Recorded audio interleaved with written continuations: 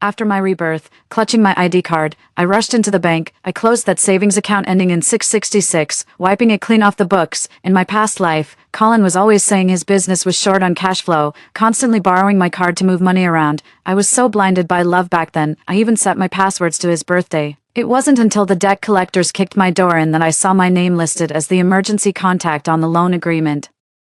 Every single deposit in my bank statement was funneled into Colin's gaming accounts and luxury boutiques. I confronted Colin with the transfer records in hand. He was holding his new flame, trying on the Rolex he'd bought with my card. In the heat of the argument, he shoved me, and the back of my head slammed into the sharp corner of the counter. I saw a notification pop up on his phone. Mr. Colin, the online loan applied for using Miss Lynn's information has been deposited. When I opened my eyes again, the calendar on the desk was still turned to the day Colin first asked to borrow my card, and his WeChat message was still flashing on my phone. Babe, let me borrow your card to transfer some money. I'll pay you back right away. Would I be that foolish again in this life? Colin, you're going to reap what you sow. 1. Her finger hovered over the ATM screen for 3 seconds. In the end, I pressed confirm. The moment the machine swallowed that savings card ending in 666. I heard the frantic pounding of my own heart. It felt like it was about to leap out of my throat. My phone vibrated in my pocket. It's Colin. When his name flashed on the screen, my fingertips went numb. Visions from a past life suddenly flooded my mind. He stood at the luxury counter with his new flame in his arms, the Rolex on his wrist glinting under the lights. That was charged to my card. I rushed over and grabbed his sleeve. When he turned, the impatience in his eyes was like ice. Are you quite finished? He shoved me with considerable force. I staggered backward, and the back of my head struck the sharp corner of the counter. Did it hurt? I don't think so. It's just that everything suddenly went black. The last thing I saw was the glow of his phone screen. The text message was burned into my memory. Mr. Colin, the online loan applied for using Althea's information has been deposited. Althea. That's my name. The phone kept buzzing. The buzzing grew more insistent. I took a deep breath and hit decline. As I turned to leave, the glass door of the bank lobby reflected my face. His face was pale, with dark circles under his eyes. He looked like someone haunted by nightmares from a past life for far too long, but his eyes were bright and sharp, like tempered steel. Colin, in this lifetime, what you owe me, I'll make you pay back, piece by piece, with interest. Just as I stepped out of the bank, my phone rang again. This time, it was a landline number. The caller ID shows it's from this city. I stared at the screen for a couple of seconds. I swiped to answer. Is this a mess, Althea? Asked a mechanical female voice from the other end of the line. This is Prosperity Investments. Mr. Colin has applied for a loan in your name, and we need you to confirm the details. I hung up the phone immediately, blocked that number. I acted without a moment's hesitation. It was that same phone call from my past life. Back then, I naively asked, what loan? I don't know anything about that. The person on the other end then said, Mr. Colin provided your ID photo and bank card details. If you don't confirm this, it will affect your credit score. I panicked. I called back, hoping to explain. From then on, I fell into a bottomless pit. The phone fell silent. The sunlight fell on me, warm and gentle. I looked up at the sky. It was a piercing, brilliant blue. It was Friday. It was 3 hours until Colin would ask to borrow my card for the first time. There are 7 days left until he tricked me into signing that guarantee contract. There are 3 months left until my parents were forced to move overnight by debt collection calls. There's still time for everything. I clenched the bank card cancellation receipt in my pocket. Knuckles turned white. Colin, the game is on. This time, I make the rules. 2. When I got back to the office, the receptionist gave me a strange look. Althea, you look really pale. I forced a faint smile and said nothing. I ran into the department manager in the elevator. He patted me on the shoulder. Althea, stay on top of that deal with Colin this afternoon. I nodded, but my fingertips were trembling. It was this exact partnership in my past life. Colin said the client insisted on using a personal account and asked to borrow my bank card for a day. It's just a quick transfer. I'll give it right back. He smiled gently then, his eyes twinkling like stars. I was completely fooled by that star. It ruined me. Cost me everything. In the office, Colin was already seated at the workstation opposite mine. He was wearing a white shirt today, with the cuffs rolled up to his forearms. He showed the watch on his wrist. I was the one who bought it. For his birthday last year, I saved up 3 months' salary to buy him an Omega. Looking at it now, it just feels like a cruel joke. He looked up, saw me, and smiled. Althea, you're here. His voice was just as pleasant as ever, like the lower register of a cello. I used to love listening to him talk. Now, it just grates on my ears. Didn't sleep well last night, he asked, raising an eyebrow as his gaze fell on the dark circles under my eyes. I murmured in response. Pulling out the chair and sitting down, I deliberately slowed down the motion of opening my laptop. I was waiting for him to ask to borrow the card. Sure enough, he tapped on my desk. Oh, by the way, the client is transferring the payment this afternoon. Can I use your card? Here it comes. My grip on the mouse tightened. A document popped up on the screen. The unfinished proposal from last night. I kept my eyes on the screen, not looking at him. My card got swallowed by the machine yesterday. His voice was calm. Colin was taken aback for a moment. Swallowed by the machine. Yeah, the ATM malfunctioned. I turned to look at him, forcing a smile. I just went to the bank to cancel it. The smile on his face froze for half a second. It quickly returned to normal. What bad timing. Yeah, I said, lowering my eyes and pretending to shuffle through some papers. Use someone else's. He didn't say anything. I could feel his gaze resting on me, with a scrutinizing look, as if judging whether I was lying. After a moment, he finally spoke. All right, I'll ask someone else. I couldn't detect anything in his tone, but I knew he was getting suspicious. Just as well, he needs to know, and soon, that I'm not the same pushover I used to be. 3 in the afternoon.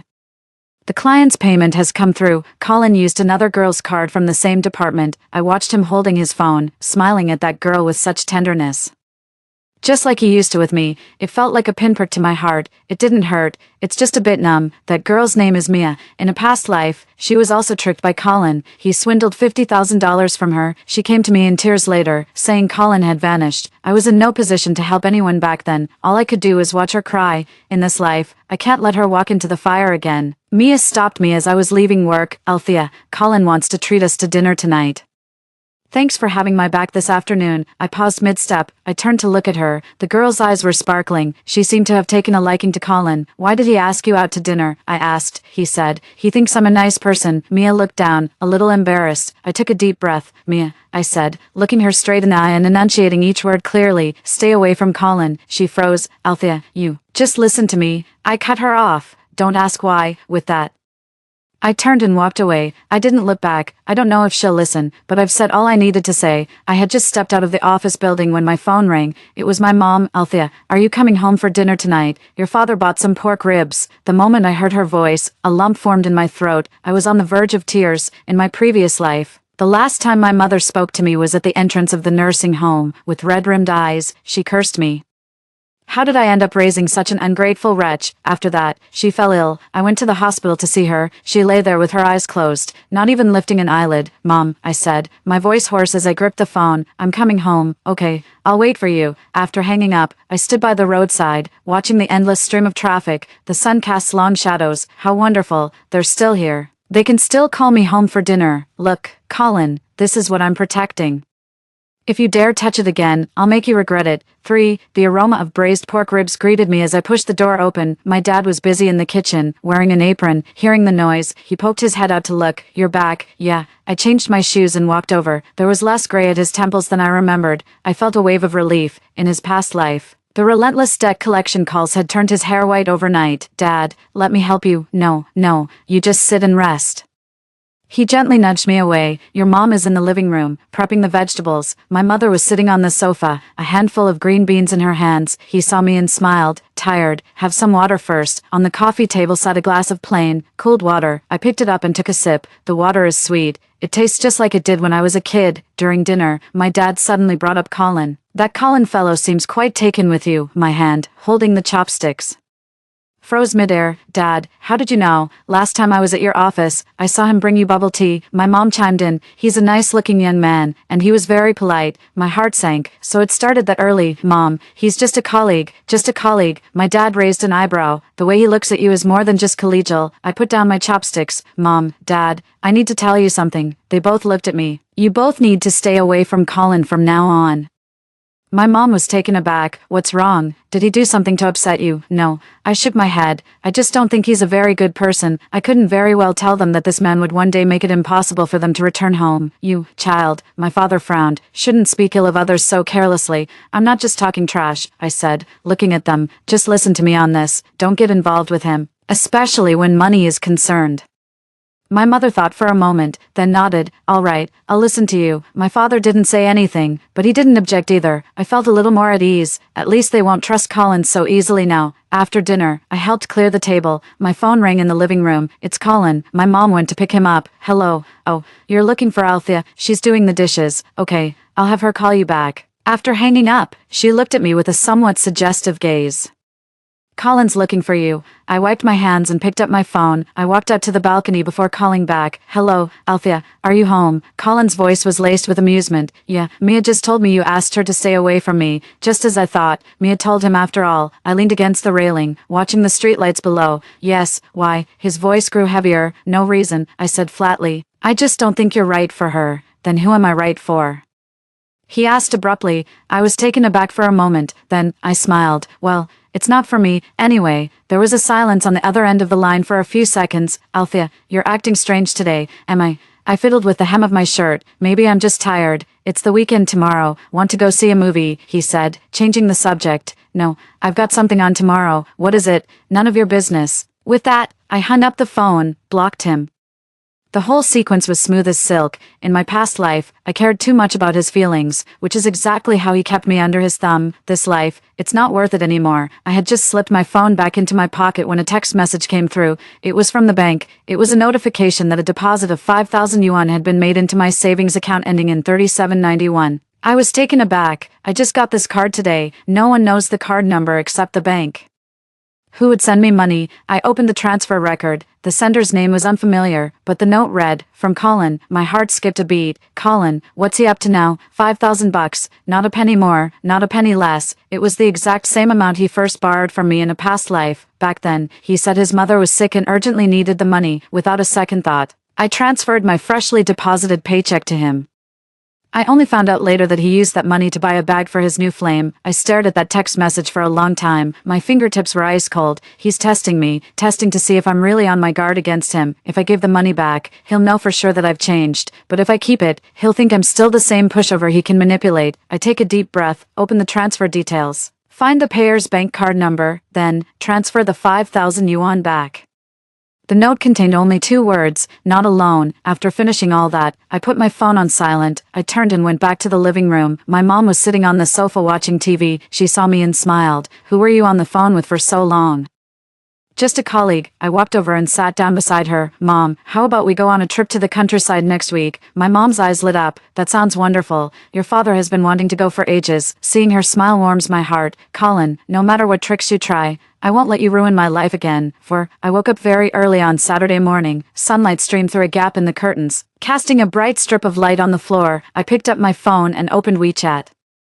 Colin's WeChat is still blocked. I felt a bit more settled. I got up, washed up, and changed my clothes. Before I left, my mom shoved a bag of bread into my hands. Eat it on the way. Yeah, I'm going somewhere today. In his past life, Colin had a secret hideout. It was an apartment he had rented. He had hidden a lot of things there, including the loan contracts he took out using my information, and his chat logs with other girls. It was only after he died, while I was sorting through his belongings, that I stumbled upon that place. I remember the address to this day, clear as a bell. It was in an old, run-down residential complex on the city's outskirts. The taxi ride there took 40 minutes. In the guard booth at the complex entrance sat an old man. He squinted at me and asked, "Who are you looking for?" "I'm here for Colin," I said, giving his name and the apartment number. The old man looked me up and down, asked nothing further, and waved me in with a flick of his hand. Seems like Colin brings different girls here all the time. The old man was no longer fazed by it. Upon entering the hallway, the musty smell hit me. The paint was peeling, and the stair railing was covered in rust. I held onto the railing as I made my way upstairs. 3rd floor, room 302. The door was shut. I stood before the door and took a deep breath. In my past life, I broke in by picking the lock. This time, I came prepared. I took a set of keys from my bag. I had them made for me just yesterday. In my past life, I found the spare key Colin had hidden in that apartment. It was tucked away in the box for the fire hydrant by the door. Sure enough, I found it right there. I slid the key into the lock and gave it a gentle turn. There was a soft click. The door swung open. A faint scent of perfume, mingled with cigarette smoke, wafted towards me. It was exactly as I remembered. The apartment is small. Just a 1-bedroom. The decor is very simple, but everywhere you look, there are women's things. Lipstick, earrings, dresses. Clearly, more than one woman had been here. I walked into the living room, and my gaze fell upon the coffee table. A laptop was sitting on it. It was Colin's. In my past life, it was on this very computer that I found all the evidence of his crimes. I walked over and turned on the computer. It required a password. I entered my date of birth. Nope, tried his birthday next. That wasn't it either. He frowned. In our past life, his computer password was the pinyin of my name.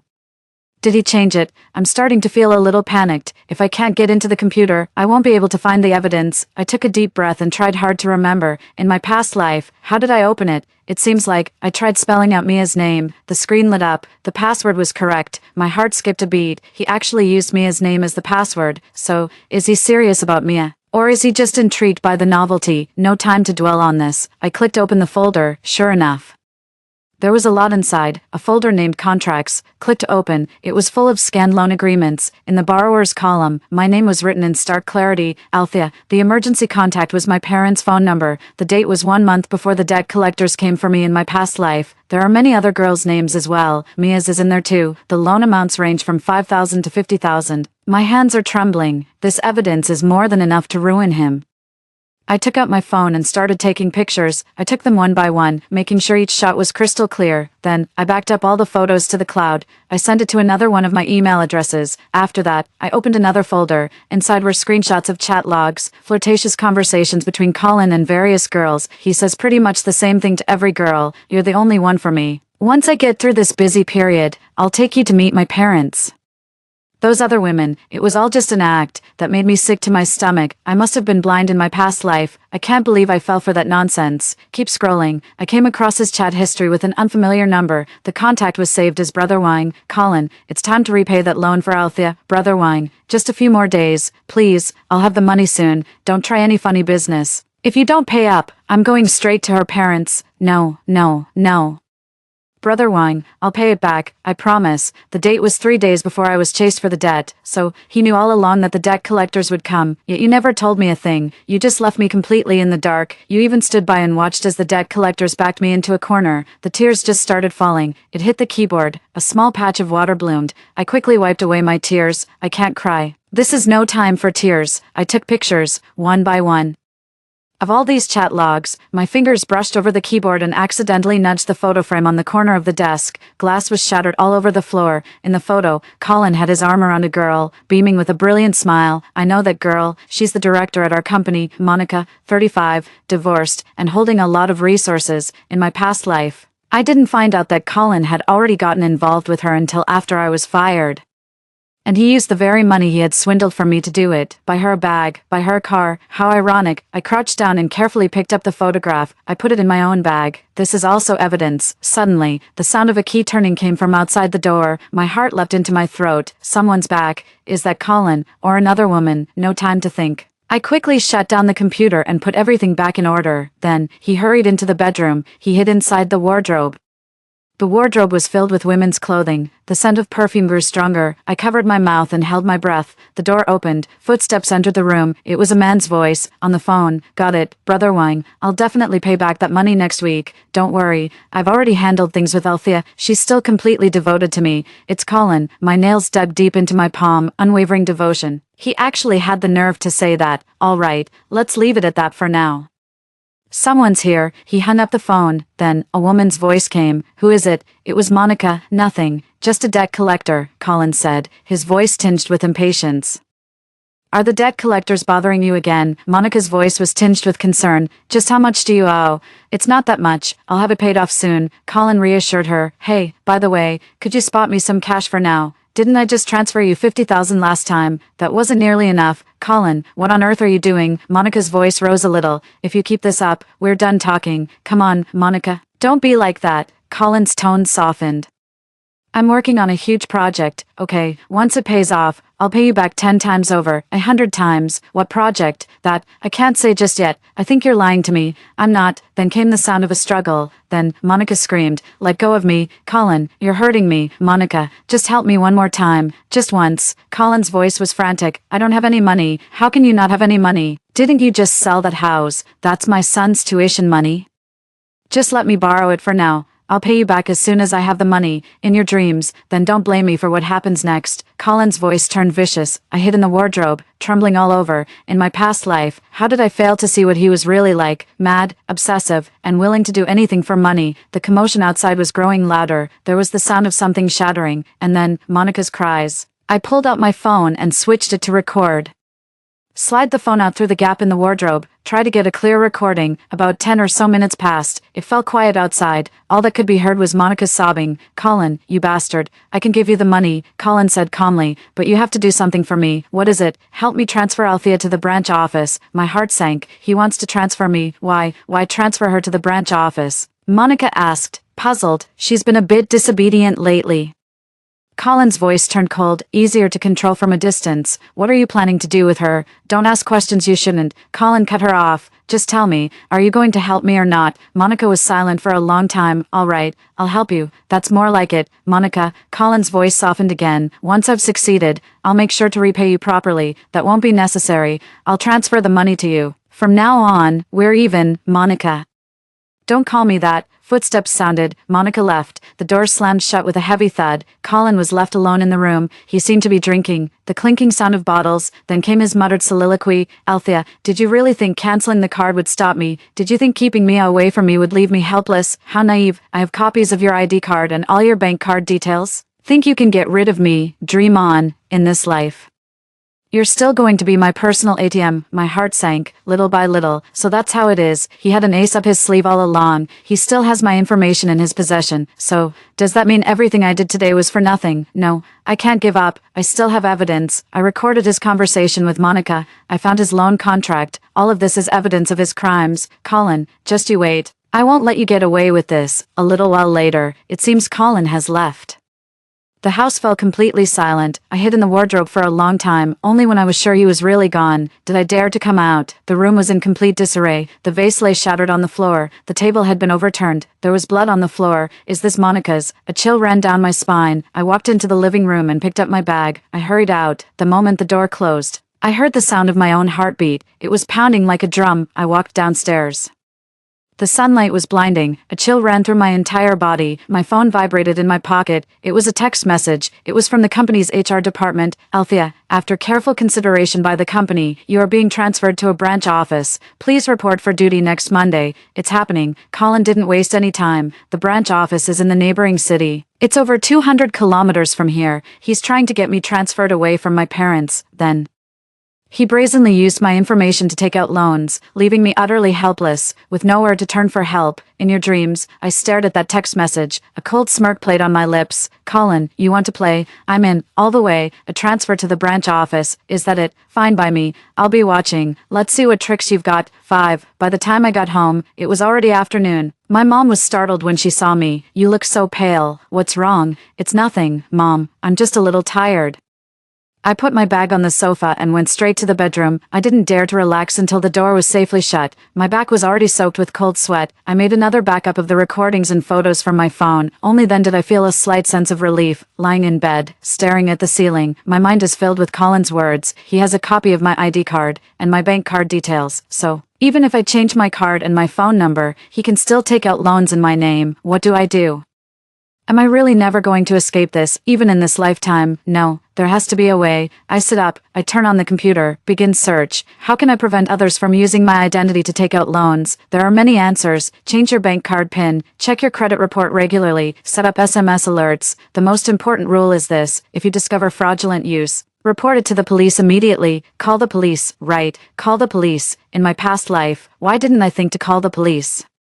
Because I was so foolish. I always thought that if I just explained things clearly to Colin, the problem would be solved. In the end, I backed myself into a corner. In this life, I cannot make the same mistake again. I opened my browser and searched for the nearest police station. Then, I compiled all the evidence into a single folder. I saved it onto a USB drive. Monday, I went to the company to process my transfer order. The HR person looked at me with a somewhat complicated expression. "Althea, conditions at the branch office are quite tough. Are you sure about this?" "Yes," I nodded. "You know, if you really don't want to go, you could always talk to the supervisor about it." "No, it's fine. I know. It's what Monica wants. She wants me gone." "Fine. I'll do exactly as she wishes. Only by going to the branch office. Can we get Colin to lower his guard? That's how you find better opportunities." Mia came over while I was packing. "Althea, are you really leaving?" "Yeah. Why?" "Company orders." "Did Colin have something to do with this?" Mia lowered her voice. I glanced at her. "Why do you ask?" "I saw him arguing with Director Lee in the stairwell yesterday." Mia bit her lip. I think I heard your name mentioned. It seems Mia isn't as clueless as I thought. Let's not worry about that. I patted her shoulder. Just be careful yourself, Althea. I'm leaving, carrying my suitcase. I walked out of the office. Colin wasn't there, probably off somewhere laughing to themselves. I walked out of the company's main entrance. The sun was just right. I looked up at the sky. Colin, the game is just beginning. The branch office is located in an industrial park. It's quite remote. The office building is quite old. My desk is in a corner by the window. All my colleagues are very busy. Nobody pays any attention to me. Perfect. I can go about my business without a worry. In the afternoon, I went to the local police station, printed out all the evidence from the USB drive, loan agreement, chat history, transcript of the recording. It was all handed over to the police. Officer, I need to report a crime. What are you reporting? Someone used my identity to take out loans, and it's also suspected fraud. The officer looked over the evidence I had submitted, his brow furrowed. How did you come by this evidence? I hesitated. I found it at his place. Did you enter someone's home without permission? That's illegal, the officer said sternly. I know I was wrong, I said, lowering my head, but I had no choice. He was about to use my information to take out a loan, if I didn't stop him. My life would have been ruined, the police officer sighed. You should head home for now. We'll look into it. So, when can I expect to hear something? Hard to say. The officer looked at me. A lot of the evidence you've provided needs to be verified. Besides, this Colin person hasn't taken any concrete action yet, so it's difficult for us to open a formal case. What do I do now? My heart sank. First, make sure to protect your personal information. Don't give it out to anyone easily. If you really did take out a loan, your first step should be to call the police. Okay, I walked out of the police station. I'm feeling a bit down, but it was to be expected. With no tangible loss, it's really hard for the police to open a formal case, but at least I've filed a report. If Colin dares to use my information for another loan, he'll have a police record. Back at the dorm, my phone rang. It was an unknown number. The caller ID showed it was local. I hesitated for a moment, then answered.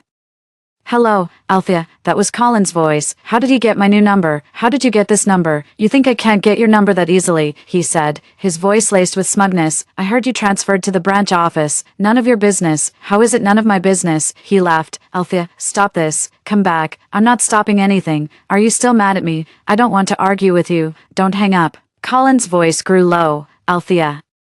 I know what you're doing. What am I doing? You went to the police, didn't you? My heart skipped a beat. How did he know? You've been following me. Why would I need to follow you? Colin sneered. You think the police will help you? How naive. Without evidence. They won't lift a finger. I have evidence. Evidence. Colin laughed. Evidence you stole by breaking into my house. You think a court will believe that? You, Althea, I'm warning you. Don't fight me. Colin's voice held a threat. You can't win. Just come back quietly. We can be like we were before. Isn't that better? No, it's not, I said through gritted teeth. Then don't blame me for what happens next. What are you going to do? What do you think? Colin's voice was laced with madness. You're afraid I'll use your information to take out loans, aren't you? Well, that's exactly what I'm going to do. I'm going to ruin you. I'll make sure you never recover from this, Colin.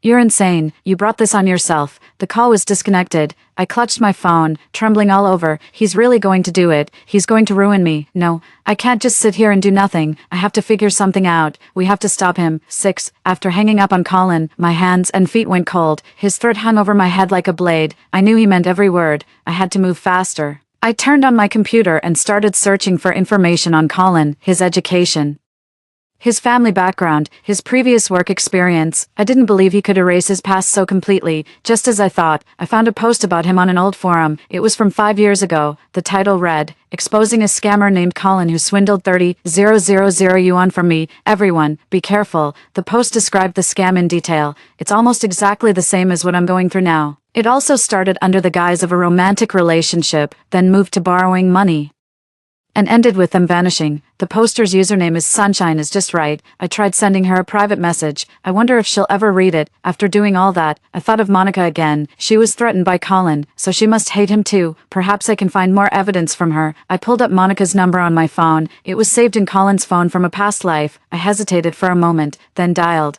It rang for a long time before someone finally picked up. Hello, who is it? Monica's voice sounded weary, directorly. It's me, Althea. There was a silence of a few seconds on the other end of the line. What do you want? I need to talk to you about Colin. I have nothing to say to you. Directorly, I said earnestly. Colin swindled you out of your money and threatened you. Are you just going to accept that? What choice do I have? Monica's voice was laced with bitterness. I've already gone to the police. But they said there isn't enough evidence.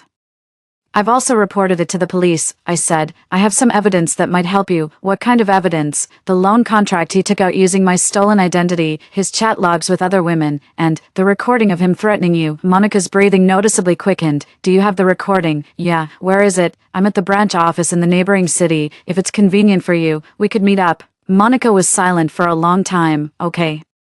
How about we meet at the cafe near the branch office tomorrow at 10 a.m.? Sure. After hanging up the phone, I felt a little more settled. At least I wasn't fighting this battle alone anymore. The next morning, I arrived at the cafe early. I took a seat by the window. I ordered 2 coffees. 10 o'clock sharp, Monica arrived. She was dressed in professional attire, her hair meticulously styled, yet the weariness in her eyes was impossible to hide. Have a seat, I said. She sat down without a word.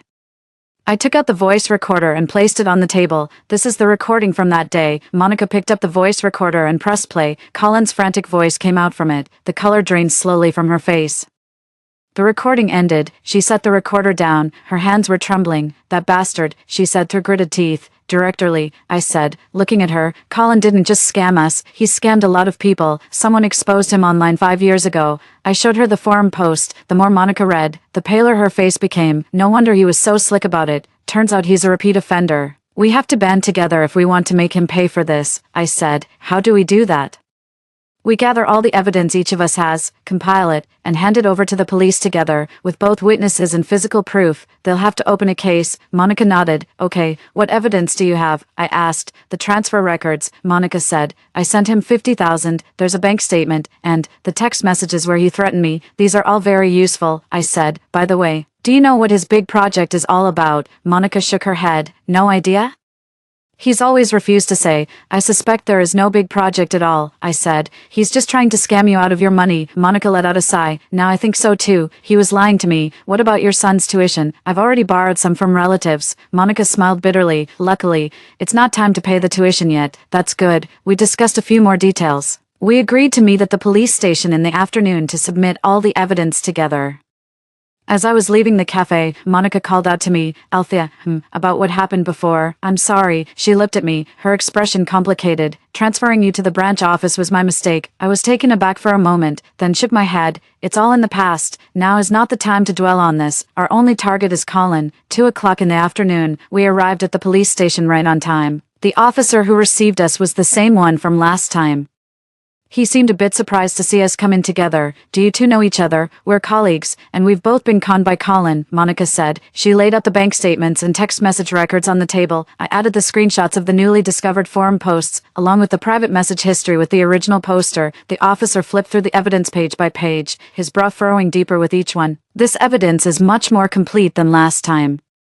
He said, Officer, can we file a case now? I asked. We can start by accepting the report, the officer said, taking out a registration form. Please write down the details one more time. It took us an hour to finish writing down the whole sequence of events. The sun was shining brightly as we stepped out of the police station. Monica took a deep breath. I hope this time we'll get some answers. We will, I said, after seeing Monica off. I returned to the branch office.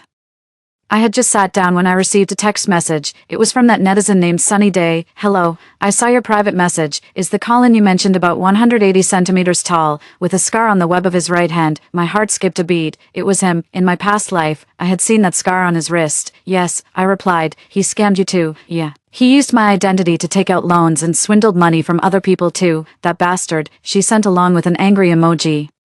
He conned me out of 30,000 back then, and I was even pregnant with his child, but he just vanished into thin air. My breath caught in my throat. A child. Colin has a child. What happened to you after that? I asked. I lost the baby, and I almost took my own life, she replied, her voice thick with despair. All these years, I've been searching for him, just to make him pay. We're gathering evidence to press charges against him. Would you be willing to testify? Yes, absolutely. She replied immediately, I'll do anything to put him behind bars. Excellent. We exchanged contact information. Her name is Tina. She lives in another city. She said she'd get here as soon as possible. After hanging up, I stared out the window. A surge of strength welled up inside. More and more people are stepping forward. Colin, your days of ease are over. Evening. I got a call from the police. Althea, speaking. We examined Colin's bank statements and found numerous recent deposits from unknown sources, all of which were funneled to various small loan companies. Is he using someone else's information to take out loans? That's highly likely, the officer said. We've already obtained a search warrant and will be searching his home tomorrow. Is there anything you need me to do? Hold your horses for now and wait for our signal. Got it. After hanging up.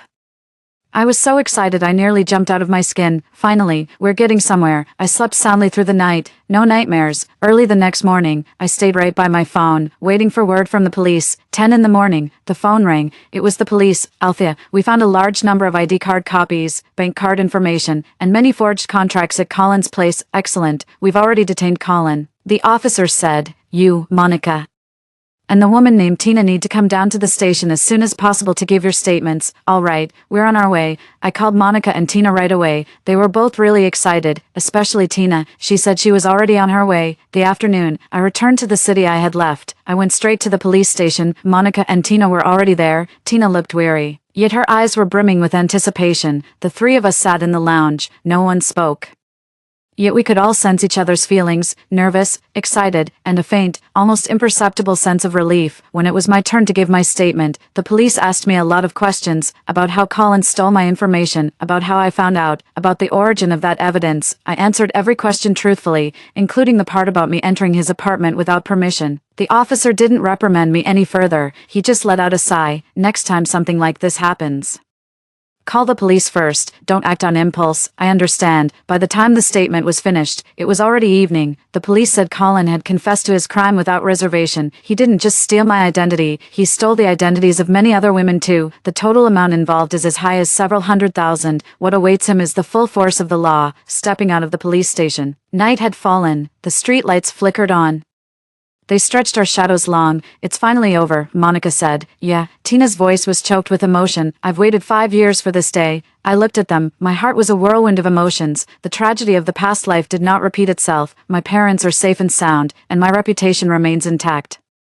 The girls who were deceived by Colin can finally get the justice they deserve. Let's go get something to eat, I said, to celebrate. Okay, we found a barbecue joint. We ordered a ton of food, plus some beers. Nobody mentioned Colin, just chatting about trivial things. Tina said she's planning to move to a new city and start a new chapter in her life. Monica said she's going to focus more of her energy on her work and her son. I said I want to quit my job and go traveling.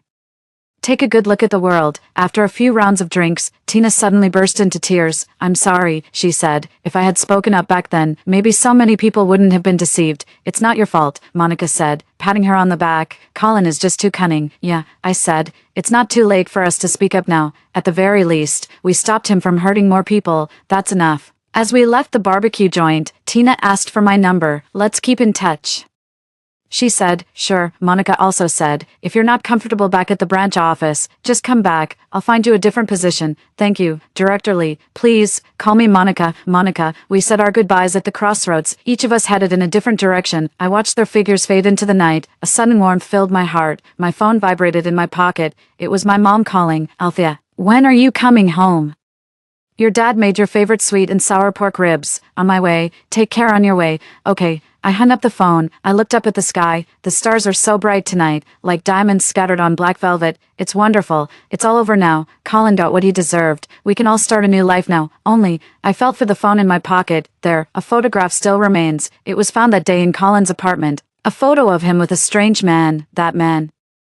He looked somewhat familiar to me. I feel like I've seen this somewhere before, but I just can't place it right now. Maybe, it's probably just a trivial little episode. I smiled. I turned and headed for home. My steps were light. It was as if a great weight had been lifted. The road ahead is still long, but I know this. I will never live in such a wretched state again, as I did in my past life. I will live my life well. Cherish everything you have right now, because this is what I paid for with my life. 7.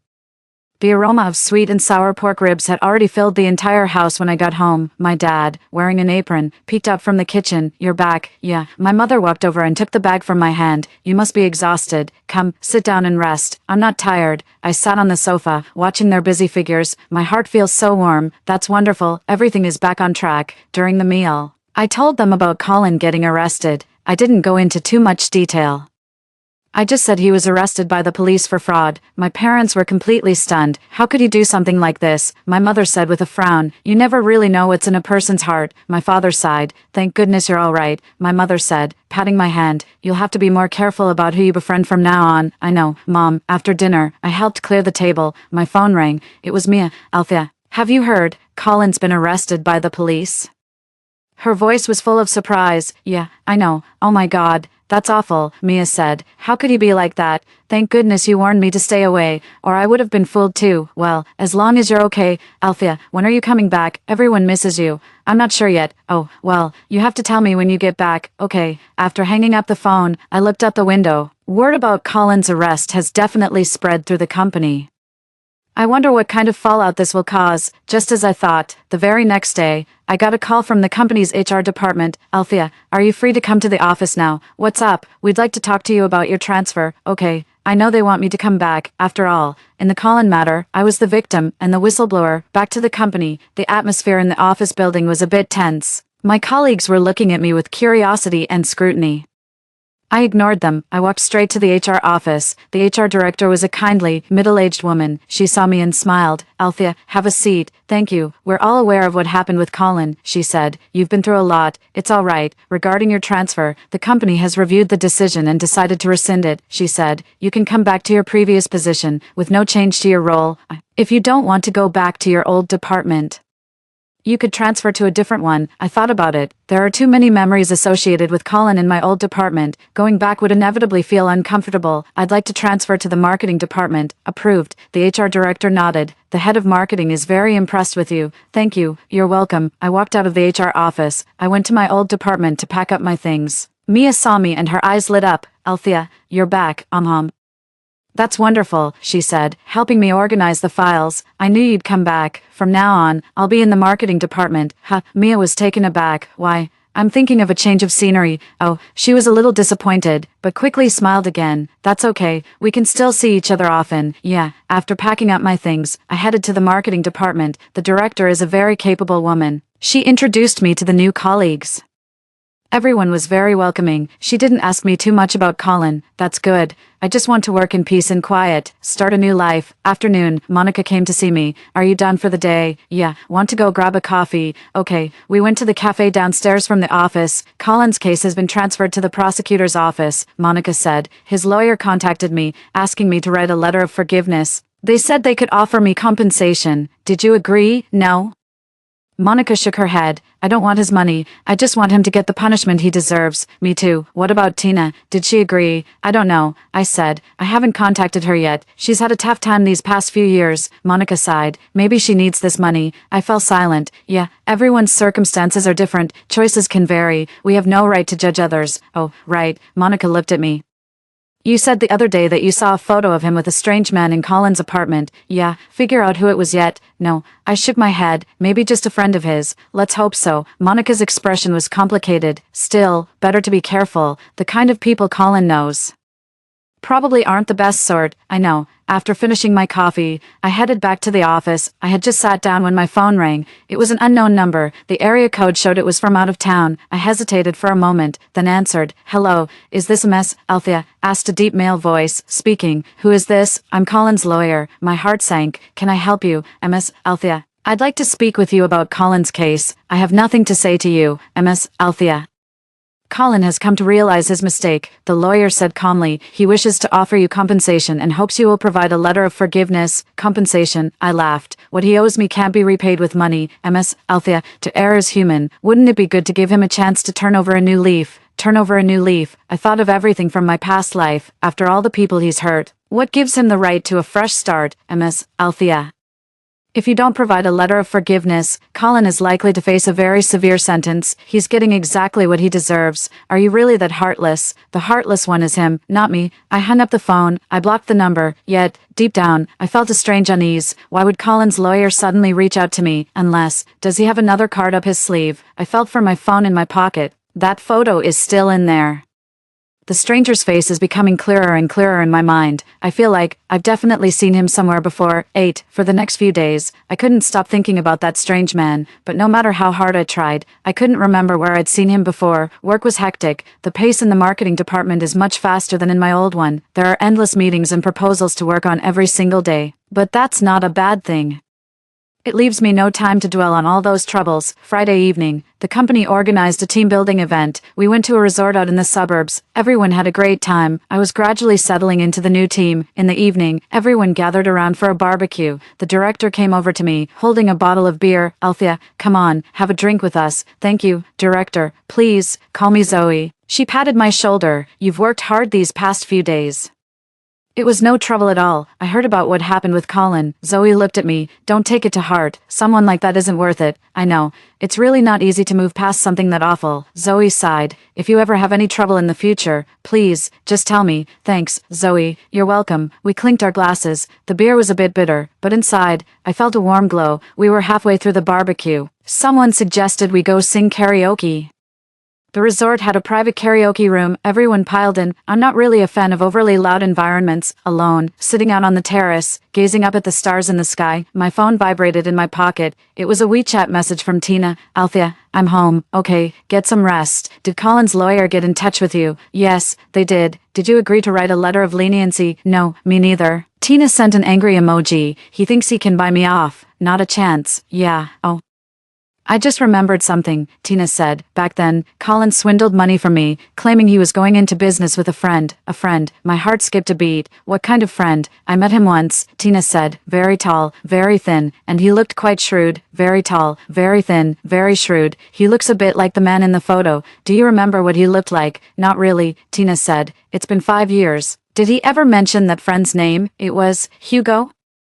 I think, Hugo. I searched my mind for that name. Suddenly, a figure leaped out. It was our company's vice president, Hugo. He was tall, thin, and looked very sharp. And what's more, I once saw him and Colin meeting up downstairs at the office. At the time, I just thought they were ordinary colleagues. Looking back on it now, there might be more to their relationship than meets the eye. In the group photo saved on Colin's phone, the man's facial features, especially around the eyes, bore an uncanny resemblance to Hugo. My heart skipped a beat. It can't be. Is Hugo the one pulling Colin's strings? That thought sent a chill down my spine. Hugo holds a very high position in the company. He keeps a low profile, and very few people know what he's really about. If he's connected to Colin, does that mean he was involved in the things Colin did? Althea, are you okay? Tina messaged. It's nothing, I replied. I just suddenly remembered that I might have seen that guy named Hugo before.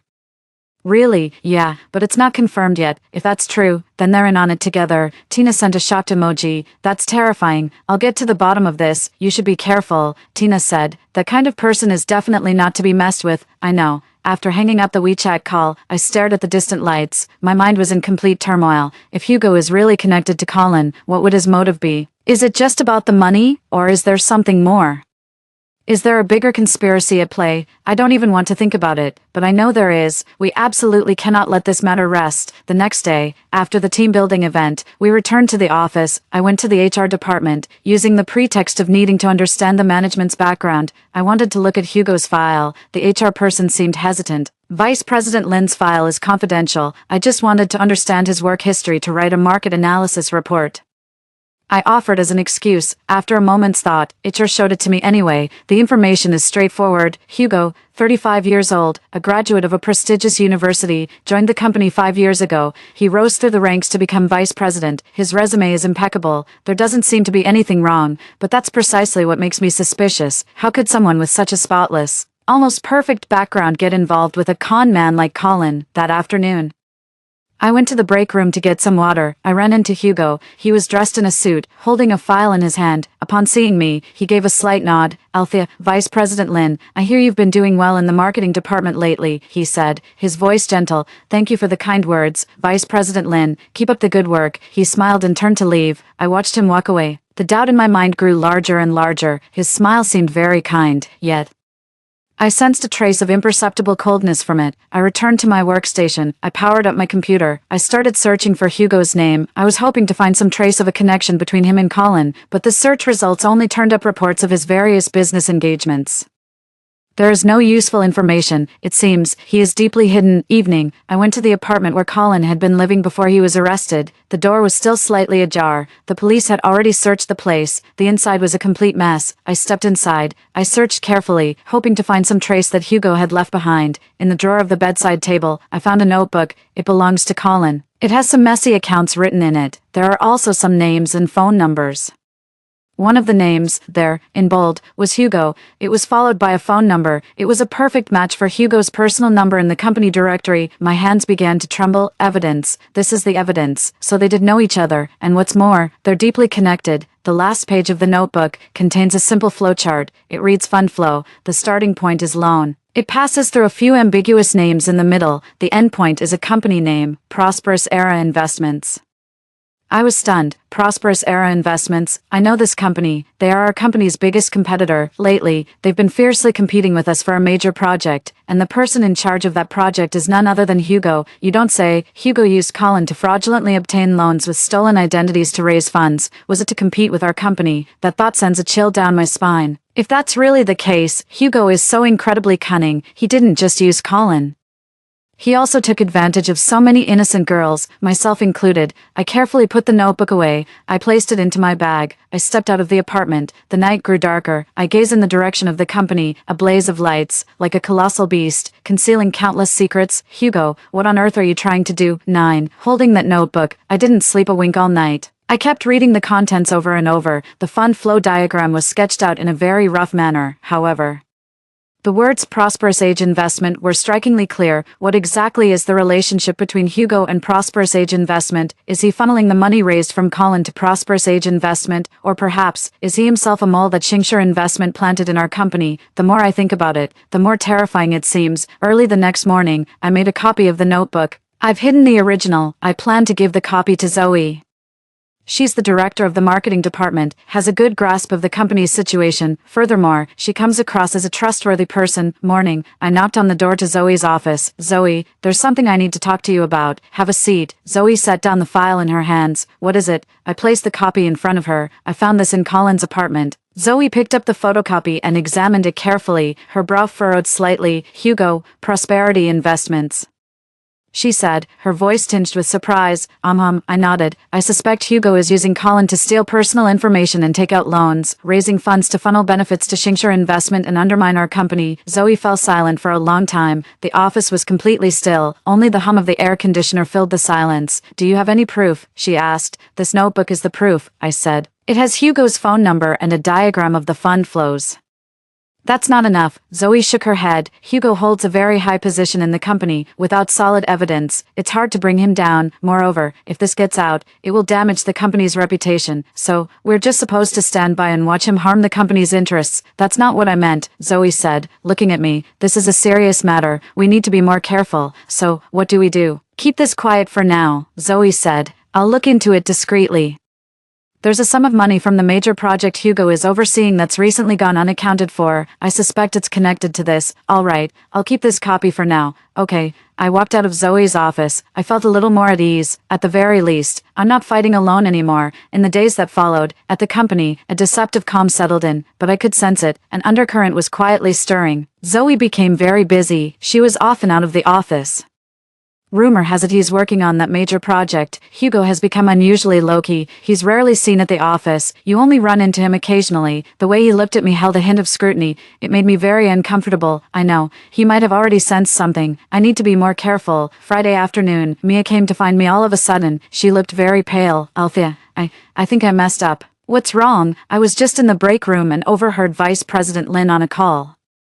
Mia whispered, he said, that money has to be transferred immediately, or it'll be too late. He also mentioned, Shingsure Investment. My heart skipped a beat. He's here. What else did he say? He also said, it's all sorted with Colin. There won't be any trouble. It's all sorted with Colin. What does that mean? Seriously, what's he trying to pull on Colin? Mia, don't tell anyone about this, I said. Not your family. Not your friends. I know. Mia nodded, her eyes full of fear. Althea, I'm so scared. Don't be afraid, I said, patting her shoulder. I'm here. After calming Mia down, I went to find Zoe immediately. The door to her office was closed. I knocked on the door. There was no answer. I took out my phone and called her. No one's picking up. A sudden, sinking feeling of dread washed over me. What if something's happened to her? I bolted out of the marketing department. I searched everywhere for Zoe. Finally, I found her in the stairwell. She was curled up in a corner.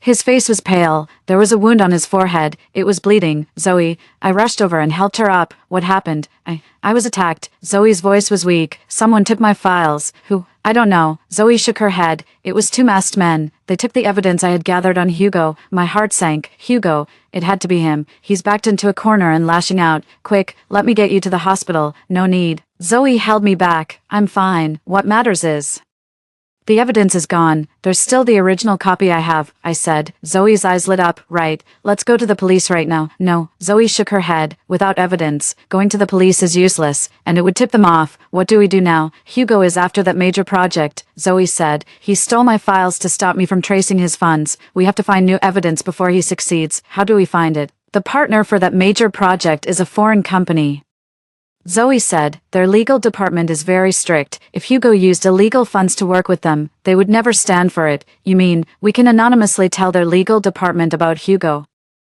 Zoe said, let them investigate. Will that work? We can only try. 10. Zoe and I found a secluded spot. We scanned the original notebook to create a digital copy. We also organized some of the clues we'd gathered regarding Hugo's fund movements. It was sent anonymously, all together, to the legal department of that foreign company. With that done, we all breathed a sigh of relief. The rest was out of our hands. Monday morning, the office was in an uproar. That foreign company suddenly announced the termination of their partnership with our firm. The reason given was that they suspected our company's source of funds was problematic. As soon as the news broke, the stock price plummeted. The chairman was furious. An investigation team was immediately formed. The focus of the investigation is the major project overseen by Hugo. Hugo has been suspended from his duties. He is now under investigation. The office was buzzing with whispers and speculation. Everyone was trying to guess what had happened. I gazed out the window. The sunlight was harsh and glaring, yet my mind was perfectly calm. It's finally here. What was bound to happen? That afternoon, the police had arrived. They took Hugo away. It said that the legal department of that foreign company filed a police report. Their investigation revealed that the funds Hugo used for the partnership were indeed sourced from illegal loans, and what's more, this also implicates Prosperous Age Investment, so that's how it is.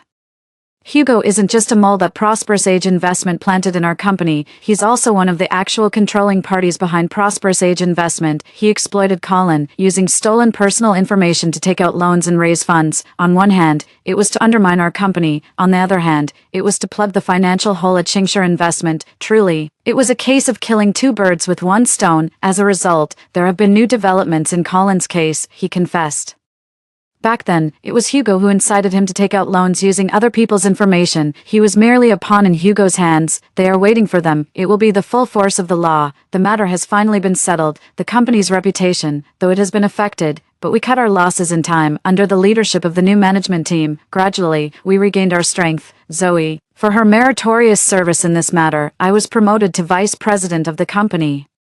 She asked to speak with me. Althea, thank you. I just did what I had to do. You're brave. Zoe looked at me, and smart, interested in working on a project with me. I know you've been through a lot, Zoe said, but I believe you have what it takes to do even better. I thought about it. In my past life, I was weak and timid. I was deceived and used by others. In this life, I have faced life and death. I've seen through people's hearts. And I've learned to face it bravely, perhaps.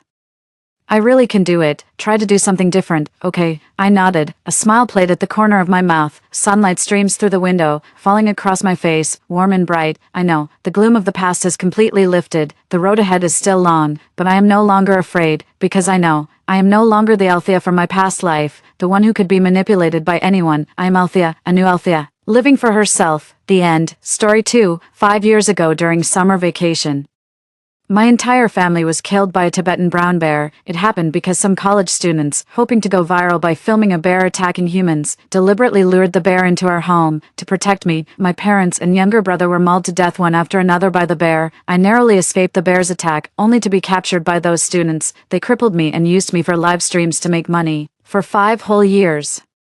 They made a fortune while I starved to death from malnutrition. When I opened my eyes again, I realized I had been reborn. Just 10 minutes before the Tibetan brown bear attacked our home, I woke up in excruciating pain, only to find myself lying in my own bed at home. The summer homework lay open by the pillow, still dated August 15th, 2020. I stared blankly at the familiar room before me. Memories came flooding back like a tidal wave. I would never forget this day.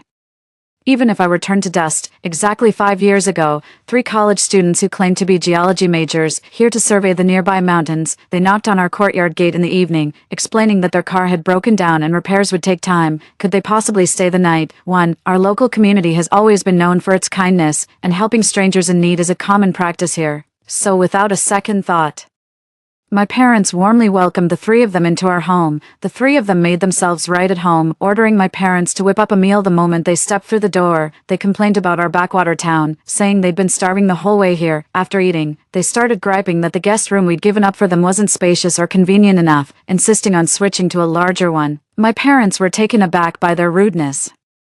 Yet their inherent decency wouldn't allow them to throw someone out in the dead of night with nowhere to go. Little did we know that single moment of hesitation would lead to our family's horrific demise. That night while we slept, they scattered bait for Tibetan brown bears all around our home. After completing their setup, they coldly walked away, leaving only their pre-positioned hidden cameras behind, waiting to film the gruesome scene of our family being devoured alive by the Tibetan blue bear. My father was the first to notice something wrong. Hearing the commotion, he got up to check the yard. He came face to face with a Tibetan blue bear that had climbed over the wall. The bear roared, pounced on my father, pinned him down with a few swipes, and began eating him alive starting from his abdomen. Dad screamed in agony, fighting through the pain as he shouted to warn us inside the house not to come out. I was jolted awake and saw the scene unfolding in the courtyard from my second-floor window. His intestines spilled across the ground, and when his desperate eyes met mine, he shook his head fiercely. I knew he was telling me not to try to save him. I immediately wanted to find Mom and my younger brother after leaving the room. At that moment, I saw another smaller Tibetan brown bear break in through the back door on the first floor. "The room isn't safe anymore," I shouted. "Mom, little brother, be careful, there's a bear in the house." Just then, I spotted my mother hiding in a blind spot on the first floor, but I had already cried out, and the Tibetan brown bear that had entered the house heard my shout. Turning its gaze toward me, seeing the bear heading my way, my mother's face took on a resolute expression. She grabbed a nearby clothes-drying pole, let out a fierce shout, and charged straight at the bear. However, the thick fur of the Tibetan blue bear made the clothes hanger completely ineffective against it, but that jab managed to get its attention. The bear, which had been heading for the second floor, turned around and charged at my mother instead. With just one swipe, it shattered her skull, and she collapsed lifelessly to the ground. A wave of utter despair washed over me. I retreated to my room, thinking of climbing down from the window to escape to the first floor. 2. I kept telling myself that my parents didn't die in vain. I couldn't give up now. I have to survive. I still have my younger brother. Just then, I saw my brother step out of the storage room on the second floor. The little boy clutched a bundle of hemp rope. I immediately understood and took the rope from him. We hurried into the room, tied one end of the rope to the foot of the bed with a firm knot, and tossed the other end out the window. I wanted my younger brother to climb down the rope first to safety. He was reluctant, insisting that as the man, I should go first. I had no choice but to climb down the rope to the first floor, but just as my younger brother saw I was safe and was about to climb down the rope, the Tibetan brown bear that had just finished eating Mom entered the room on the second floor. It howled and seized my brother's leg, dragging him back with brute force. I could only watch helplessly as the Tibetan brown bear devoured my brother. The successive tragic deaths of my loved ones pushed me to the brink of collapse. Summoning every ounce of strength, I desperately scrambled to escape. The gate swung open, and I saw a glimmer of hope for escape, but what awaited me wasn't freedom, it was a deeper hell. 3 men who had been waiting at the gate smirked sinisterly, seized me, and brutally beat me to the brink of death. I had survived the jaws of a Tibetan brown bear, only to fall prey to the schemes of wicked men. When I woke up again, I found myself in a dimly lit basement. I jolted awake from the memory, my back drenched in cold sweat. I was terrified. I remember watching from the second floor as a Tibetan brown bear devoured my father alive. I happened to glance at the wall clock. It was just past 12:10. The clock hands had just passed 12, and the chime of the bell sent a shiver down my spine. That meant there were less than 10 minutes until the Tibetan brown bear attacked my home. I rolled out of bed and dashed out of the room as fast as I could. My family's house was built with 2 stories. The first floor has a dining hall, a kitchen, and a guest room. The second floor is where our family's bedrooms and the storage room are. One for my parents, one for my younger brother, and one for me. My brother's room is the closest to mine, so I walked over and pressed down on his door handle. Luckily, he hadn't locked the door, so I was able to push it open and step inside. My 8-year-old brother lay fast asleep in bed, gazing at his peaceful, untroubled face as he slept. The memory flashed before my eyes, his final gaze toward me as a Tibetan brown bear mauled him in our past life. Tears welled up in my eyes, but we only have 10 minutes to escape, no time for grief. Fighting back tears, I shook my brother awake. "Ethan, wake up, something's wrong at home." My brother groggily opened his eyes, saw my grave expression, and snapped awake instantly. Always obedient and sensible, he didn't ask questions and quickly jumped out of bed to follow me outside. My parents' room is right at the end of the hallway. When I burst through the door, Dad was already sitting up alertly. "Neva, what's wrong?" I nodded immediately. There was also a wall clock in my parents' room, and I noticed a minute had already passed. "There's no time to explain the details of my rebirth," I told my parents. "In 9 minutes, 2 Tibetan brown bears that were deliberately lured here will break into our yard and attack us. Our house and the entire yard have been scattered with bait to attract those bears. We have to run right now, or it'll be too late." As soon as I finished speaking, my mother gasped, and my father's face instantly turned pale. Just last month, someone in our village was killed in a Tibetan brown bear attack.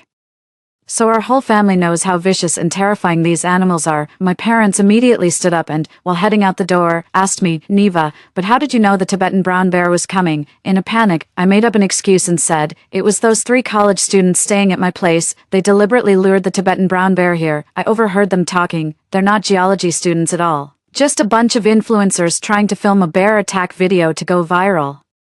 They only stayed with us to get us killed." By then, our whole family had already made our way to the lobby on the first floor. My parents looked around and realized that the 3 people in the guest room on the first floor were indeed no longer there. What's more, the floor of the lobby was scattered with foul-smelling chunks of meat, some still with patches of hair attached. My father bent down to examine the meat closely, and his face completely changed. He warned us to stay far away from this meat and avoid getting even a speck of it on us. He stared intently at the chunk of meat and said, "This looks like rotten meat from a Tibetan blue bear cub." No wonder Neva said it could attract them. Tibetan blue bears are fiercely protective of their young and hold grudges. No matter how far away their cubs are, they can track the scent all the way to the location. These people threw chunks of cub meat into our house, trying to drive the Tibetan brown bear into a frenzy and take revenge on our family. Mom stood by, sweating nervously, and said with deep regret, "I had a bad feeling about those 3 from the start. It's my fault for being too soft-hearted and not driving them away. If I had, our family wouldn't be in this mess." Dad said, "This is no time for self-blame. Let's go. We need to get out of here and find a way to gather the villagers to deal with the Tibetan brown bear." So we hurried out of the house in a rush, but when we reached the courtyard gate, we were shocked to find it had been welded shut from the outside. No matter how hard we pushed, it wouldn't budge. Dad immediately turned around and dashed back inside, returning moments later with a hammer. He swung the hammer hard at the door lock, the clang of metal jarringly loud in the silent night, but the courtyard gate was too sturdy, leaving only a few dents around the lock. Our commotion startled the 3 men lying in wait outside the courtyard. Soon, a heated argument erupted outside the door. "What the hell? Did they find us?" A gruff male voice cursed furiously. "Damn it, couldn't they just stay inside and get eaten by the bear? I told you we should have drugged them," a shrill voice retorted. "You said this family was dumb and it wouldn't be necessary. Now look what happened. Stop this useless bickering. Figure something out fast. We can't let our prize slip away now." My parents were absolutely furious upon hearing this. Mom yelled at the courtyard gate, "This is murder. You'll be arrested. I'm calling the police right now. None of you are getting away with this." Dad also shouted sternly, "We kindly let you stay the night, and you repay us by trying to harm us.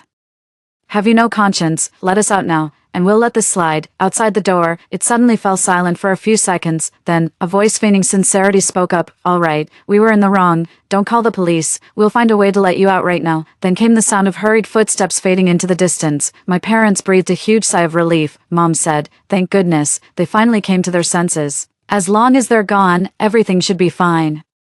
Dad nodded in agreement, though his brow remained furrowed. I stared intently at the courtyard gate, wondering to myself, did they really just give up? Are they actually letting us go? 3. Something's not right. A growing sense of unease washed over me. My parents don't really know these 3 people. In my past life, I spent a full 5 years with them. I still remember vividly how brutally they mistreated me. For money, they would stop at nothing. They'd never give up so easily. Thinking of this, I whispered to my parents. I think they agreed too quickly. "We should stay on guard," Mom said optimistically. "They're probably just scared of getting caught. We're behind a gate. What could they possibly do to us?" As soon as Mom finished speaking, we heard footsteps approaching outside the door. One of them shouted to us, "Hang in there. We're going to cut the lock with a chainsaw." Mom said, "See, we're finally saved." But as the chainsaw started to whir, I also caught the smell of a foul fishy odor growing stronger. In an instant, a thought flashed through my mind. I shouted, "Mom, Dad, little brother, get away from the gate." Almost simultaneously, a man with black-rimmed glasses appeared over the wall. He sneered and hurled a large basin of foul-smelling blood at us. Thankfully, my warning made the family step back just in time. Only Mom was a bit slower, and a few drops of blood splattered on her pajamas.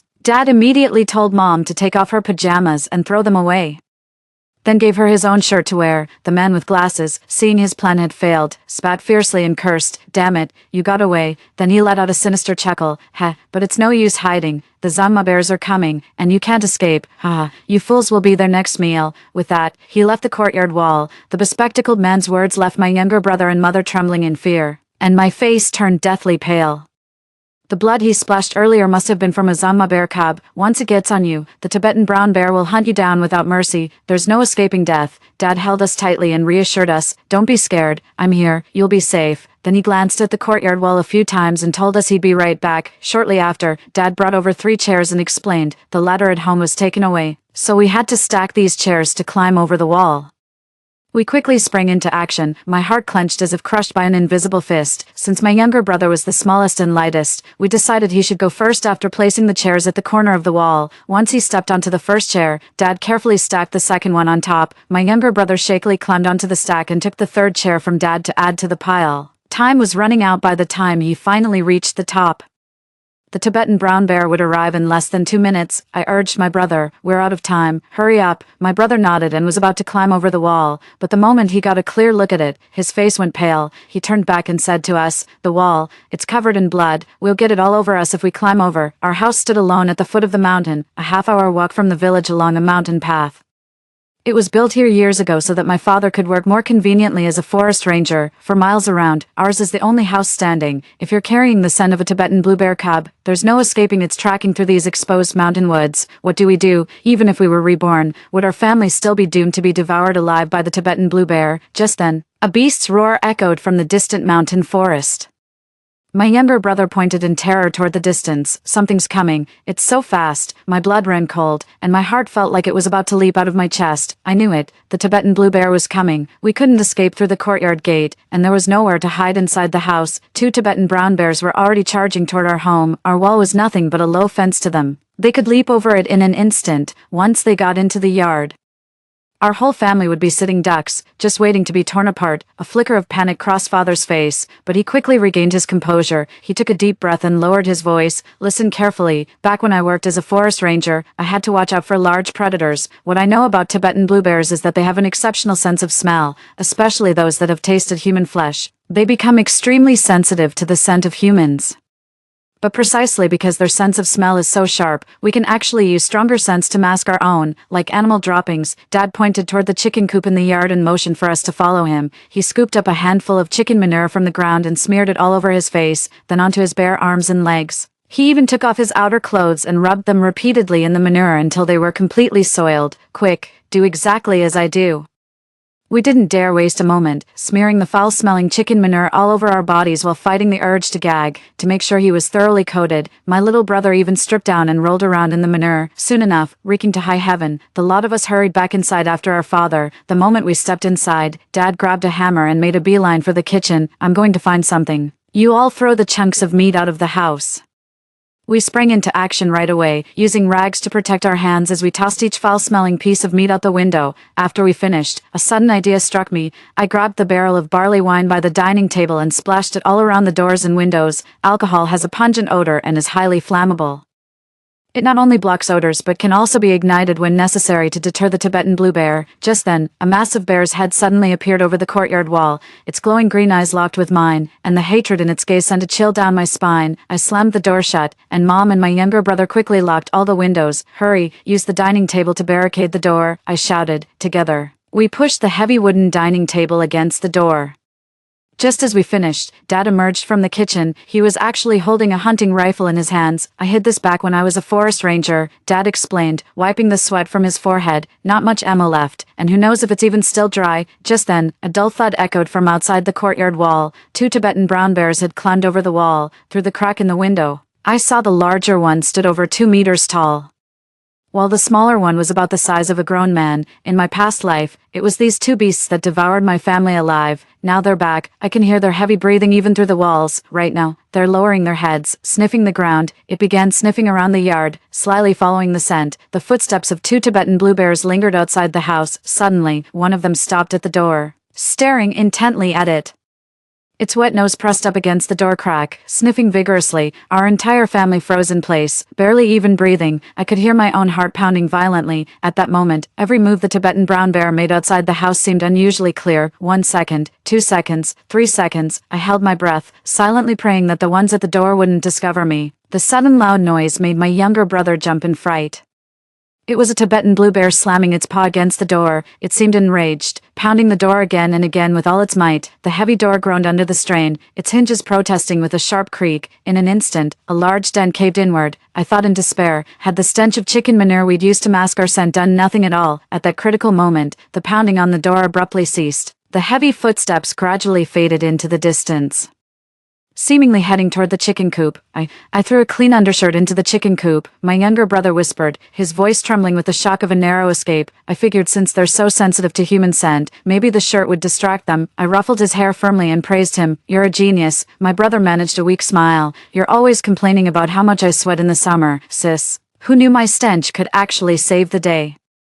I gave him a playful pat with a laugh. After a brief sigh of relief, the gloom of the Tibetan brown bear still lurking outside once again clouded my heart. Our family is now like rats trapped in a barrel. Even if we can keep misleading the Tibetan brown bear, it will eventually find a way to break in. What could we possibly do when the time comes? Could father's hunting rifle really take down two bears of that enormous size? My mind raced, desperately searching for a way to escape. Suddenly, memories from my past life came flooding back. When I escaped the bear and rushed to the courtyard gate, I found it had been opened from the outside, and those three people were all stationed not far from the entrance. Does this mean that, even now, they're still hiding somewhere safe, just beyond the courtyard gate? They actually dared to lure the Tibetan brown bear here. Those three must be confident they won't get mauled and eaten by the Tibetan brown bears. In other words, this might be our only way out of this predicament. It's not about hiding indoors and trying to outlast the bear's patience. We need to get those three to open the gate so we can make a break for it. Under what circumstances would they actually open the gate? Based on my past life experience, those three only considered approaching after confirming we were under attack by Tibetan brown bears. During those 5 years locked in the basement,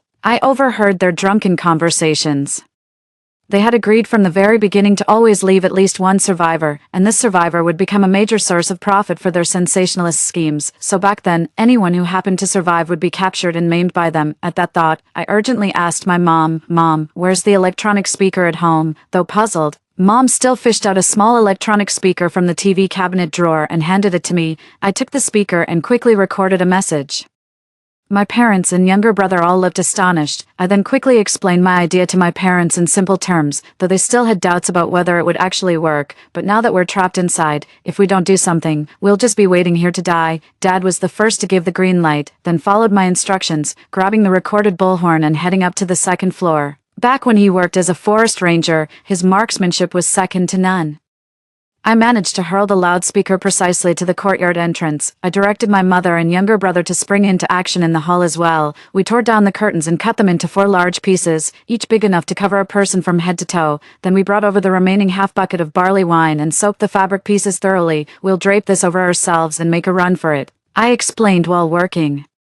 The smell of alcohol should throw the Tibetan blue bear off our scent temporarily. With everything set, the three of us took our positions behind the door, keeping an eye on the bear's movements in the yard. We waited for Dad to come down from the second floor. Soon after, I heard a loud thud at the gate. Then came my desperate cries, clearly audible from behind the courtyard gate. Help, please, someone help me. My whole family is dead. Save me. Ah, the bear is coming closer. No.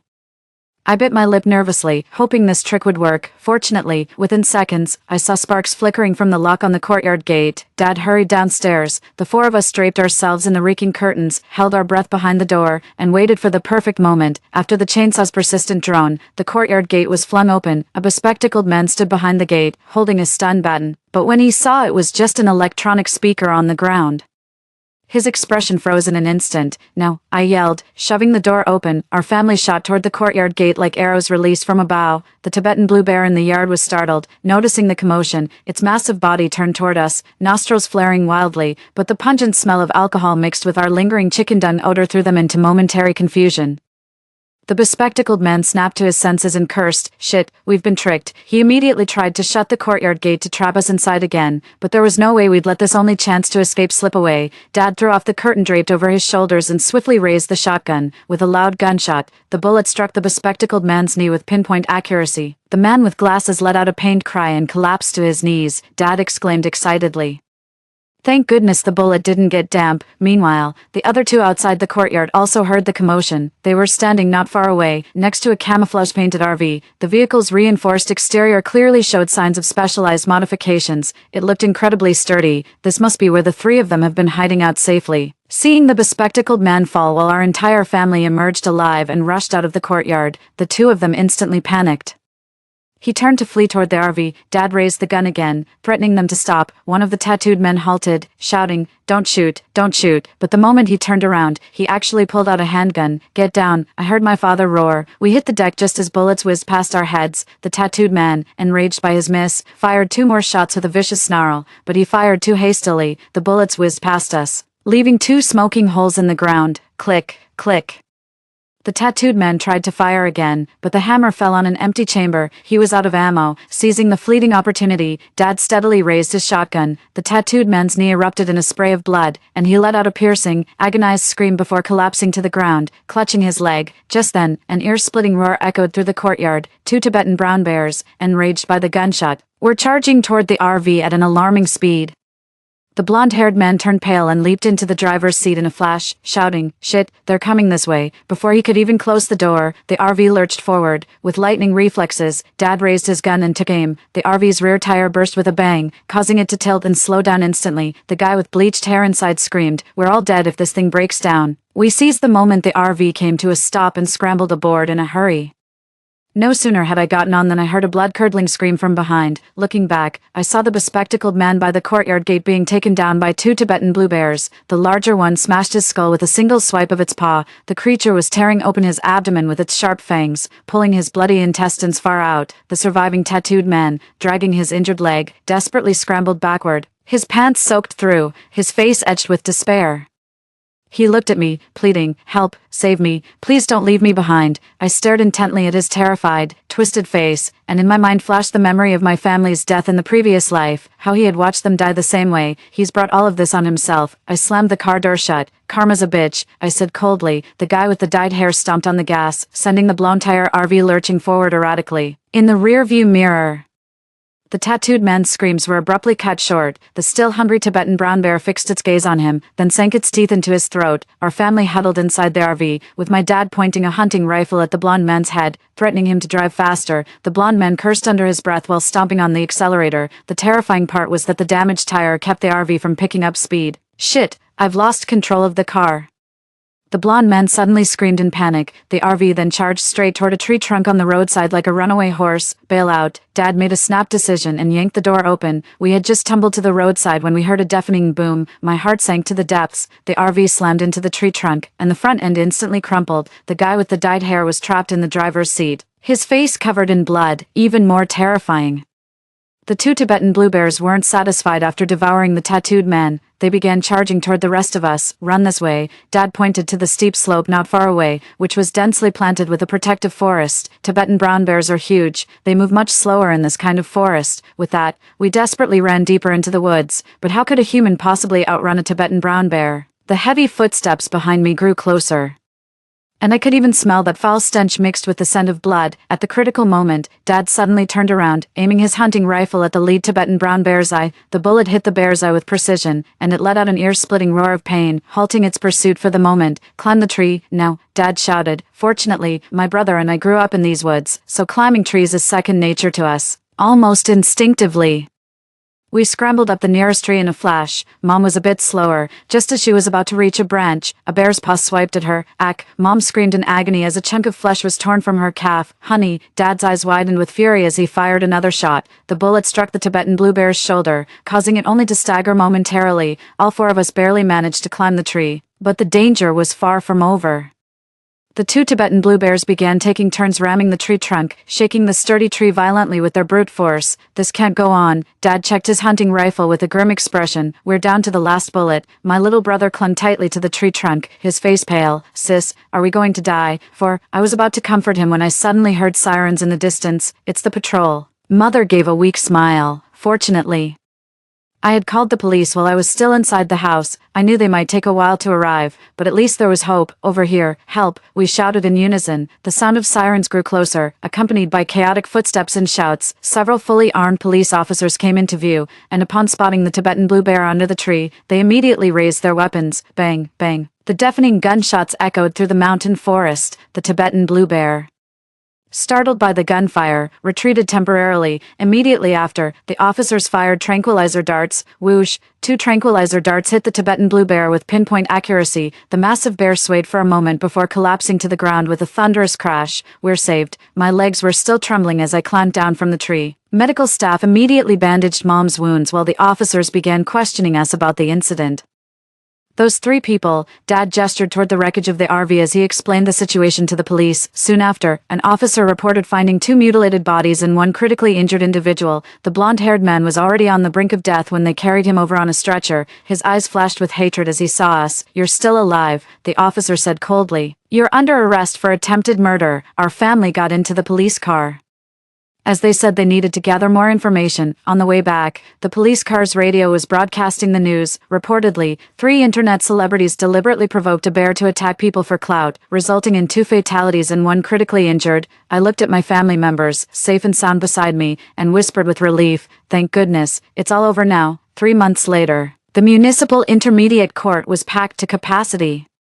Our family sat in the plaintiff seats, watching the yellow-haired man being escorted in by the bailiff. One of his legs had been amputated, and his face bore the gruesome scars left by severe injuries. "All rise." With the court clerk's announcement, the judge entered the courtroom solemnly. The prosecutor read the indictment with resounding force. Defendant Zhang, in a bid to gain online notoriety, conspired with 2 deceased suspects to orchestrate this horrifying live-streamed incident of a Tibetan brown bear mauling a person. During the trial, the blonde-haired man initially tried to weasel his way out, claiming it was merely an accident, but when the prosecutor presented the chat logs and videos saved on his phone, his lies were completely exposed. "Your Honor," my father spoke as the victim's representative, his voice choked with emotion. "If it weren't for my daughter's quick thinking, our entire family would have been." The judge then delivered the verdict in court. Defendant Zhang, having been found guilty of intentional homicide and endangering public safety, is hereby sentenced to life imprisonment with the combined penalties for multiple crimes, and is permanently deprived of political rights. The gallery erupted in enthusiastic applause. I tightly held my family's hands, tears glistening in all our eyes. The sunlight was blindingly bright as I stepped out of the courthouse. In this lifetime, I finally protected my family. Story 2. I am the Wolf Clan's healer, and the red beans I plant emit an aphrodisiac scent when mixed with wolf blood. I noticed your recent mood seemed off. It turns out you knew about me and Lyra. Don't worry, the queen's position will always be yours. She said she only wishes to be a rabbit in my forest and won't compete for anything. The world knows the Wolf King remains utterly devoted to me. Stop plotting against her in secret. He once vowed to keep his pure body intact until our wedding night to give it wholly to me. I laughed. He was so convinced that I'd poisoned Lyra after learning the truth, yet I saw the bridal chamber's window wide open, the bed strewn with blood-stained red beans. "Crosby, I'm a healer. I don't harm people. If you don't believe me, so be it." The Wolf King exhausted his strength to dote on the rabbit spirit Lyra for 3 days, and that's no ordinary red bean, it's the life-saving red lotus that Ember painstakingly cultivated for you. He broke his promise and harmed his own body just to pamper the rabbit spirit. The wounds you sustained on the battlefield will never fully heal. Only the unique fragrance of the red lotus from these wastelands can maintain your health. Yet you're determined to destroy it all. Ember's years of devotion might as well have been wasted on an ungrateful soul. The wedding is imminent, but I no longer wish to proceed. In his anger, the master completely forgot about maintaining proper decorum. Clutching my aching heart, I ran to the deepest part of the forest, begging the shaman to open a barrier and send me to the wasteland. Crosby listened with reddened eyes, barely able to stand as his body swayed unsteadily. The Wolf King didn't know I was originally the little princess of the wilderness, and now I want to go back. By the time I reappeared at the shaman's place, it was already the 2nd year in the outside world. The divine shaman asked me if I had no regrets. The moment my feet touched the ground, a gaunt wolf came staggering from the distance, exerting all its strength to transform into human form. I raised my tear-streaked face and shook my head firmly. White Branch instantly hid in my arms in fright. The divine shaman sighed. Ember, I'm scared. 5 days later, I'll be waiting for you here. Ember, I was wrong. Can you come back to me? 2 years have passed, and I've regretted it every single moment. I've also killed Lyra. No one can come between us anymore. After speaking, he gave White Branch a threatening glare. The rabbit maid told me the Wolf King summoned me to the palace, saying there's a surprise. I smiled faintly and with a slight wave of my hand. Crosby was sent tumbling to the ground, unable to get up no matter how hard he tried. Truthfully, I don't need any surprises. I only hope the Wolf King remains constant. Crosby, that night at the Rabbit Clan's residence, I gave you your last chance, yet you wouldn't even share one final drink with me. You were the one who severed our bond, but reality slapped me hard. When I arrived at the courtyard that was soon to be mine, everything was eerily quiet. Happiness is mine. Endless regret belongs to others. The soft, melodious moans poured directly into my ears. From this moment on, I long only for my beloved's enduring devotion, that we may pledge eternal love through the endless passage of time. The rabbit tribe has always been delicate, yet Crosby indulged Lyra for 3 full days. The END. I stood frozen outside the door for who knows how long, my body stiff, my mind screaming to flee, yet unable to move an inch, when Lyra was pressed against the window. She glanced at my stunned self and curled her lips into a smirk. The disdain in his eyes was unmistakable. Then she reached out and covered Crosby's eyes. Your Highness, shall we try a different game? Crosby could see nothing, and realizing Lyra's intention, his body tensed even more. What a vexing little minx. I've truly fallen into your hands. Lyra pushed her luck, grabbing a nearby belt to cover Crosby's eyes. Then turning to look at me, she provocatively kissed Crosby's lips. So tell me. Your Highness, am I better or is Ember? Crosby warned her to watch her words, yet she responded with a bewitching smile. What status do you have to dare compare yourself to the future queen? But when it comes to matters of the bed, who could rival you? You've stirred such longing in this king. After Ember enters the palace, I shall grant you the status of a court lady, so you may attend to me night after night. I staggered 2 steps back and collapsed to the ground, trembling all over. He actually still wanted to keep her hidden by his side after marriage. At this moment, it felt like 1,000 knives were stabbing my heart, leaving it bloody and torn. If we hadn't loved each other deeply, seeing Crosby's betrayal wouldn't have hurt me so much. Now standing outside what was supposed to be our marital home, I know the rabbit spirit Lyra deliberately led me here. On the way here, I was still hoping for a pleasant surprise. The townsfolk on the streets, the maids accompanying me, the guards in the Wolf Palace, they were all congratulating me, Miss Ember. You're so fortunate. The Wolf King has been preparing for this wedding for 3 years. What greater proof of his love could there be? These century-enduring red love peas are the evidence. Tell me, who else could make an entire city bloom with eternal love peas that never wither? Of course it's our Wolf King. Ha! I met Crosby on the battlefield when I went to gather herbs in the mountains and happened to save him. In the Ashen War Zone. All he could see was the bunch of red beans in my hand and me. His eyes were injured in battle, and from then on, I became the only color he could see. We fell in love. He was the Wolf King, and I was the Wolf Physician's apprentice. For 3 years, I could find my way to the palace blindfolded. Every time I went to see him, even the wind felt joyful. I've waited for him for 3 years, finally reaching the day we're about to wed. But this time, the wind left me battered and bruised. Lyra inside the house screamed again. Your Highness, we've stained Ember's wedding dress. Crosby fumbled for a moment before draping the wedding dress over Lyra, his teasing grin widening. In that case, let our little sprite wear it. Consider you marrying me first. Hearing these words, I could no longer hold back, clutching my aching heart as I ran frantically into the deepest part of the forest. That was where the divine shaman resided. I begged him all night, pleading for the shaman to open the barrier and send me to the wasteland. The divine shaman was shocked. But Ember, you're about to marry the Wolf King Crosby. From what I know, he loves you deeply and would die without you. Are you really decided? Once the barrier opens, it won't open again for another 10 years, he added. Even if you return after 10 years, everything will have changed. But now, everything has already changed. I wiped away my tears and nodded firmly.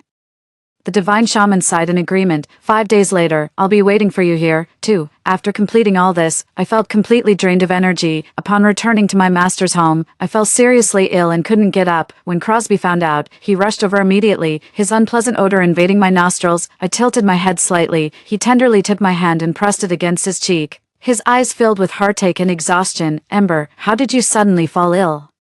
Were the servants not attentive enough? I'll replace them with more competent ones for you. Just as I was about to refuse, he summoned 2 maids from outside, one of whom was Lyra. The blush on her face hadn't yet faded, and she carried the same scent as Crosby, yet now she stood before me bowing properly. The pain in my heart suddenly intensified, and I couldn't suppress a coughing fit. Crosby was so anxious he felt helpless. Rising to his feet to summon the royal physician, Lyra stepped forward. gently reminding Crosby in a soft voice, "Your Majesty, have you forgotten? Ember is a healer herself. She's likely exhausted from pre-wedding preparations. My family's home outside the city has pleasant scenery, ideal for recuperation. Why not let Ember rest there for a few days?" Crosby stared at her coldly. "Who allowed you to speak without the master's permission?" Lyra fell to her knees with a thud, her delicate body trembling slightly. After calming down for a while, I glanced at them, feeling even colder in my heart. "I won't go. I'm waiting at home for my master to return. There are only a few days left. I want to properly say goodbye to master when he returns. After all, we won't see each other for 10 years in the future." I thought Crosby would, as usual, unconditionally agree with my decision, but this time, he gently coaxed me, yet his words left no room for refusal. "Ember, Lyra is right. You've been tired for too long. It's time to go out and relax.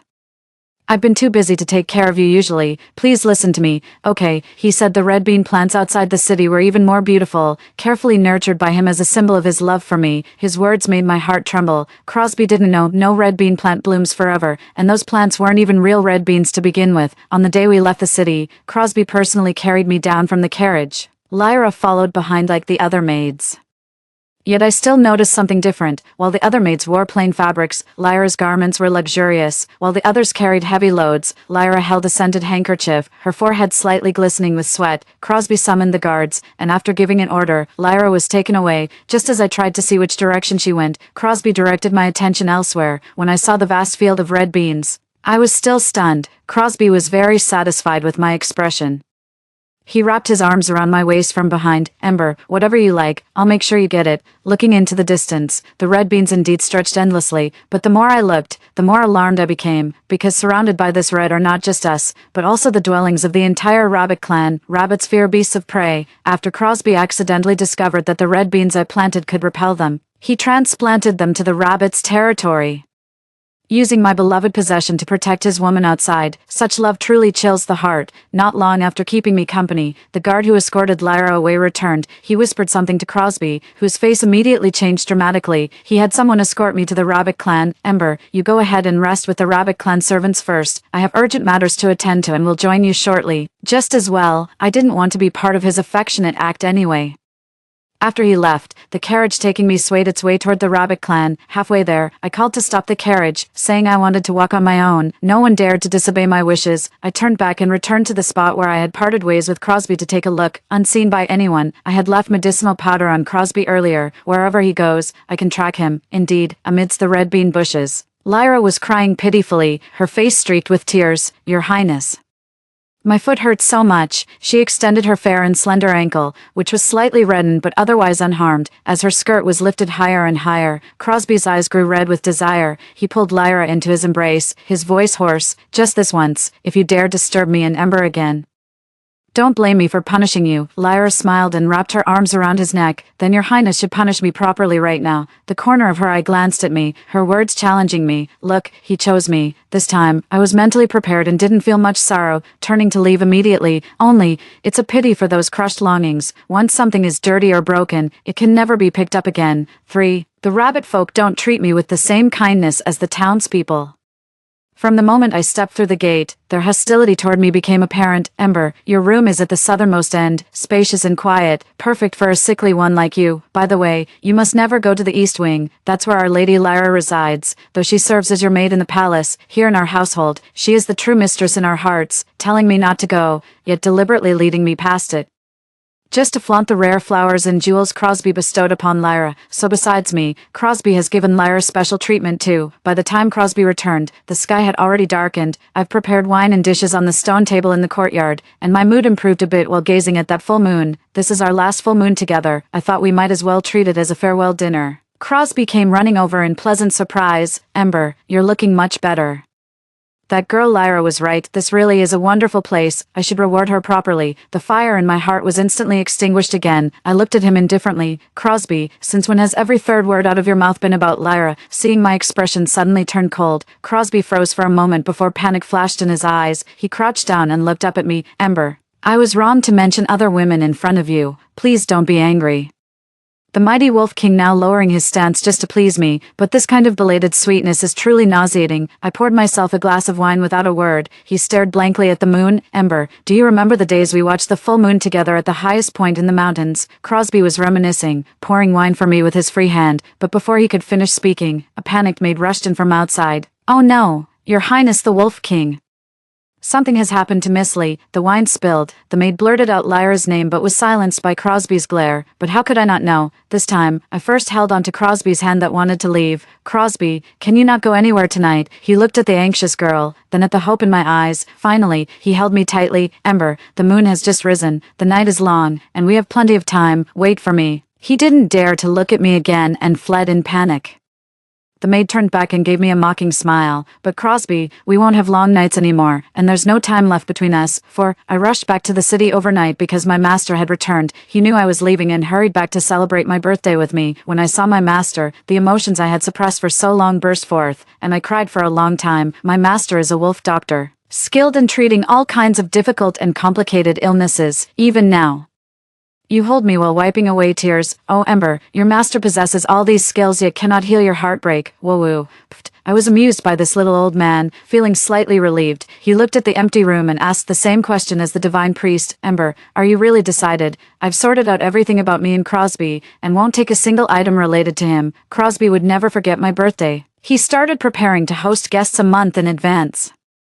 Due to time constraints, I acted willfully and informed everyone 2 days ago that the birthday celebration would be moved up. When Crosby rushed back, it was still early. He patted his chest and gave me an indulgent smile. You little rascal, sneaking away like that. Were you angry, and moving your birthday celebration ahead without telling me? Good thing I made it in time. After the wedding, I'll have to properly punish you. Punishment, like what he did to Lyra. I shivered.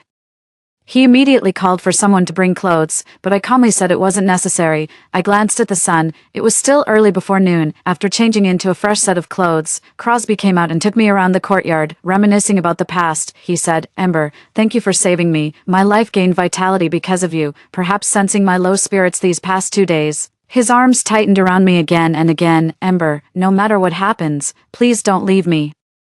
Okay, you can hit me, scold me, but I only beg you to never leave. That would be the cruelest punishment for me. I forced a bitter smile. The crowd saw us embracing in the garden and began to tease and laugh. Look, His Majesty is acting spoiled again. Only Ember can make the king so infatuated. The banquet hadn't started yet, but the subjects gathered around to wish me a happy birthday. Crosby also pulled out a box from behind. The crowd gasped in astonishment. Ah, this is the queen's wedding dress.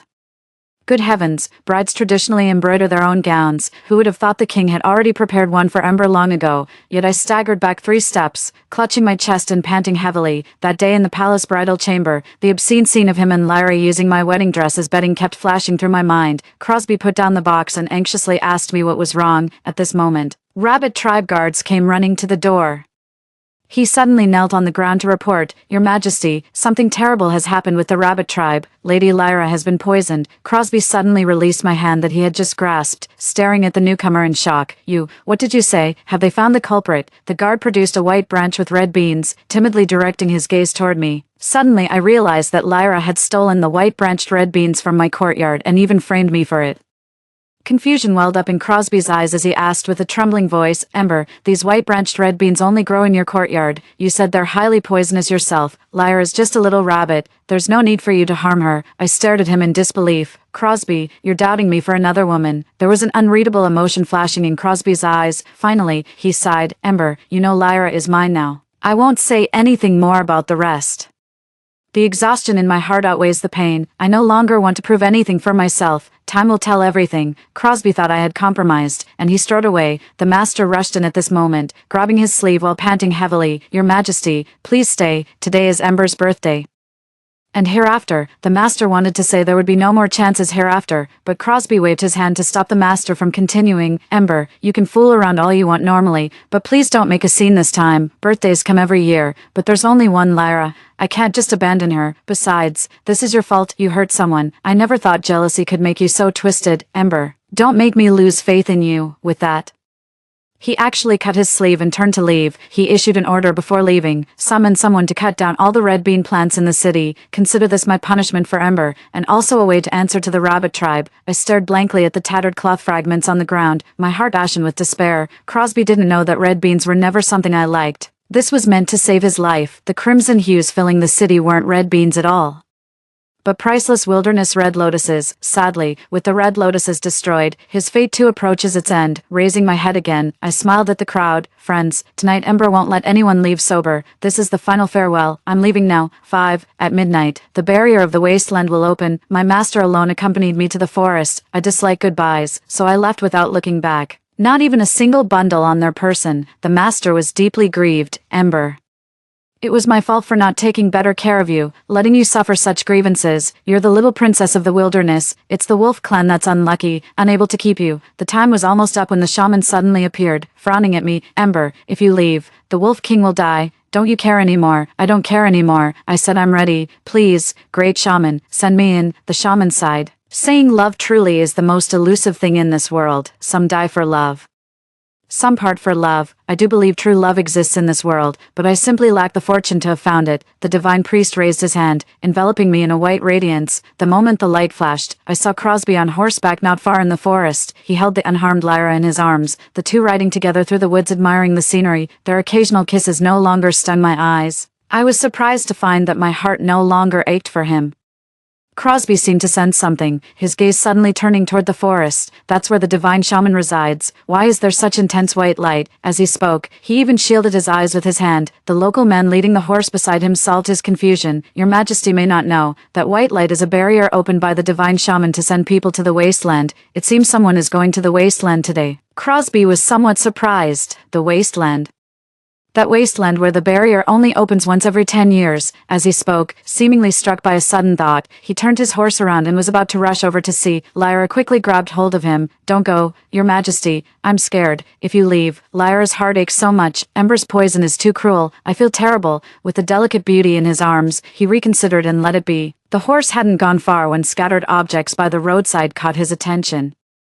Those were all things I discarded, finding them too troublesome to carry, so I threw them by the roadside when nearing the shaman's place. They were all items I used daily, tainted with Crosby's presence, and I no longer wanted them. Crosby dismounted and picked up a string of red bean bracelets, his hands trembling. Suddenly, he raised his head and ran forward a distance, gazing toward the white light, his wide-open eyes seemingly able to penetrate the radiance and discern my appearance.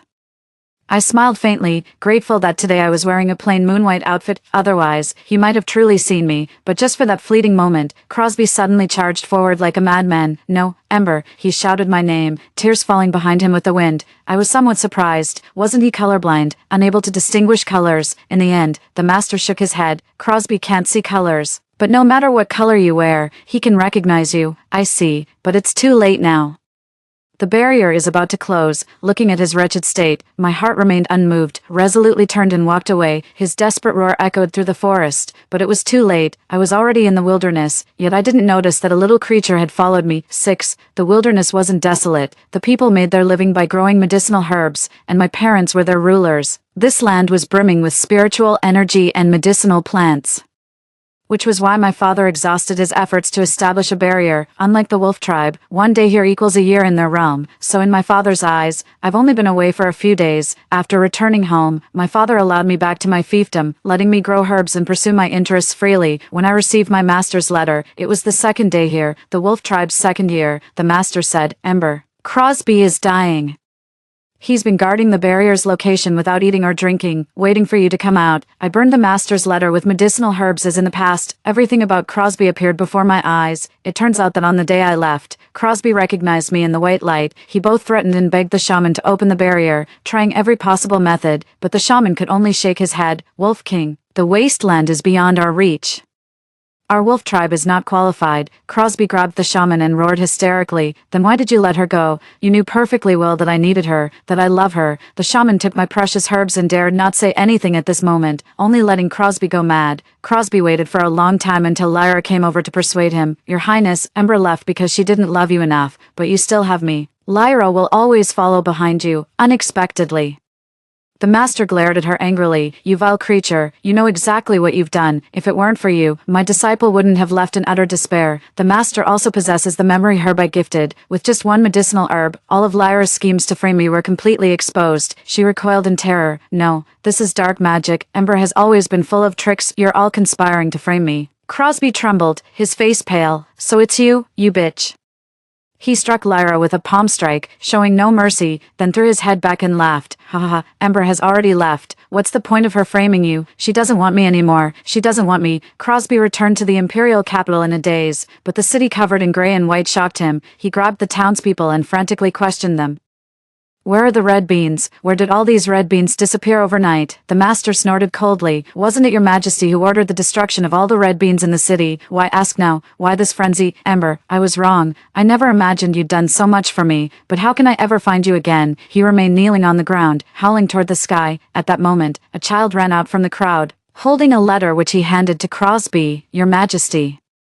Sister Ember asked me to give this to you. The child finished speaking and ran off, as Crosby delightedly opened the letter, but I only said a few words. Crosby, the red lotus has withered. Love cannot be pursued. I've had the wedding dress cleaned. It suits Lyra perfectly, wishing you both happiness. After reading the letter, Crosby could no longer hold back his sorrow and wept bitterly. That soiled wedding dress. So you knew everything all along. I was wrong. The commoners shook their heads one after another. What a pity, Ember was so kind-hearted, yet the king actually drove her away with his temper. Without the protection of the red lotus fragrance, Wolf King City will likely become unstable in the future. Let's pack our belongings and leave sooner rather than later. Crosby heard it and excitedly went to pull the passerby. No, don't leave. I'll go. I'll bring Ember back. The passerby snorted coldly. Find her. Your Majesty should know that Miss Ember is the princess of the wasteland. How dare you think you can have her whenever you want? Crosby was shocked. What? Ember is the little princess of the wasteland. How did you know? The common people left indifferently, their voices of regret echoing through the royal city. When the red beans were destroyed that day and the wasteland red lotus revealed its true form, we knew. Only the little princess could cultivate this divine herb that saves lives. It's laughable that the king mistook that white-branched red lotus in her hand for the poison that harmed that wretch Lyra. In the end, it's that you didn't love enough, so you couldn't understand her. A light rain fell over the desolate Wolf King City. The master left. The people left. From that day on, Crosby wandered dazedly to the forest shaman, kneeling on the ground staring blankly at the barrier's location. A year passed like this, during which he did two things. Ordered the confiscation of the Rabbit clan's properties and expelled them from Wolf territory. The second option was to abdicate in favor of the Fox clan, relinquishing all governing power. It wasn't until today's letter from my master that I learned how much the outside world had changed in just one day. But there's one thing that puzzles me. Where is my white-branched red lotus? I clearly had it tucked in my robe when we were in the barrier. Suddenly, a clear male voice sounded from behind. Ember. Are you looking for me? 7. I turned around in surprise, only to see a man in white clothes with red hair standing up from the bushes beside me. His handsome face was full of grievance, and his slender body swayed unsteadily. I stammered as I pointed at him. Are you by Jihong Lian? He sniffled and turned his head away. You finally noticed. I've been human for a whole year now. Boo-hoo, this fool. Ever since becoming human, has been squatting nearby every day. Too afraid to leave or approach me, worried I'd find his transformation strange, covering my mouth to laugh, I stepped forward to grab his arm, wanting to hug him. Wait, where are the arms? The sleeves hung empty and limp. I searched in shock for what felt like ages, until Baiji's pitiful tears fell upon my face. Woo-woo. I was afraid you'd reject me for being disabled, so I kept myself buried in the soil. Woo-woo. You left my arms back in the Wolf King City's Yun Manor. I patted my head. Yes. When I first picked him up, 2 branches had fallen off. I thought maybe with some care new buds would sprout, but I never imagined those were actually his arms. What should I do now? I quickly thought of burning a message branch to ask my master to send it over, but White Branch said it couldn't be sent. I'd have to go out and get it. I looked outside, feeling helpless in my heart. For Baiji's sake, this journey was unavoidable. Although the barrier opens only once every 10 years.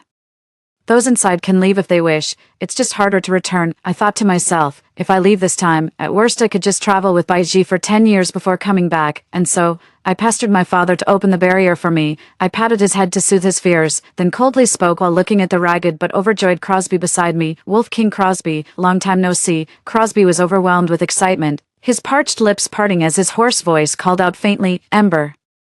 You finally returned. I've waited so long for you. As he spoke, he moved forward to embrace me. Baiji quickly stepped in front of me. Ember, he's filthy. Don't let him touch you. A hurt expression flashed in Crosby's eyes as he trembled, watching Baiji's intimate closeness with me. Crosby, look at what you've become. This is your retribution. I summoned the shaman and handed him a medicinal herb. Shaman. Crosby has about 2 days left to live when I return. I don't want to see his corpse lying here. The shaman clutched the herb and nodded repeatedly. With that said, I took Baiji by the hand and turned to leave. Behind us, Crosby was screaming hysterically, crying and begging that he was wrong, pleading for me to save him. I brought Baiji to my master's place. These past 2 years, my master had been living well, staying here alone, continuously attempting to cultivate divine herbs on this land unsuitable for growing them. Baiji's arm was also properly kept by my master. The moment it was returned to its rightful owner, Baiji's first action was to tightly embrace me with her restored arm. He sniffled pitifully. Ember, I've wanted to hold you like this forever, to never let go. I chuckled wryly. He was just a divine herb I'd planted. What nonsense about forever? The future is long. We'll take it one step at a time. There's a sneaky figure following us outside the door. I know it's the unwilling Crosby. But he can't do anything to me, since he enjoys watching my happiness so much. Let him watch a little longer. Later, I traveled across this continent with Baiji, spending nearly 10 years. We went from friends to lovers, and he remained unwavering, even risking his life for me several times. He deserves my response. To my surprise, Crosby, using some forbidden technique, has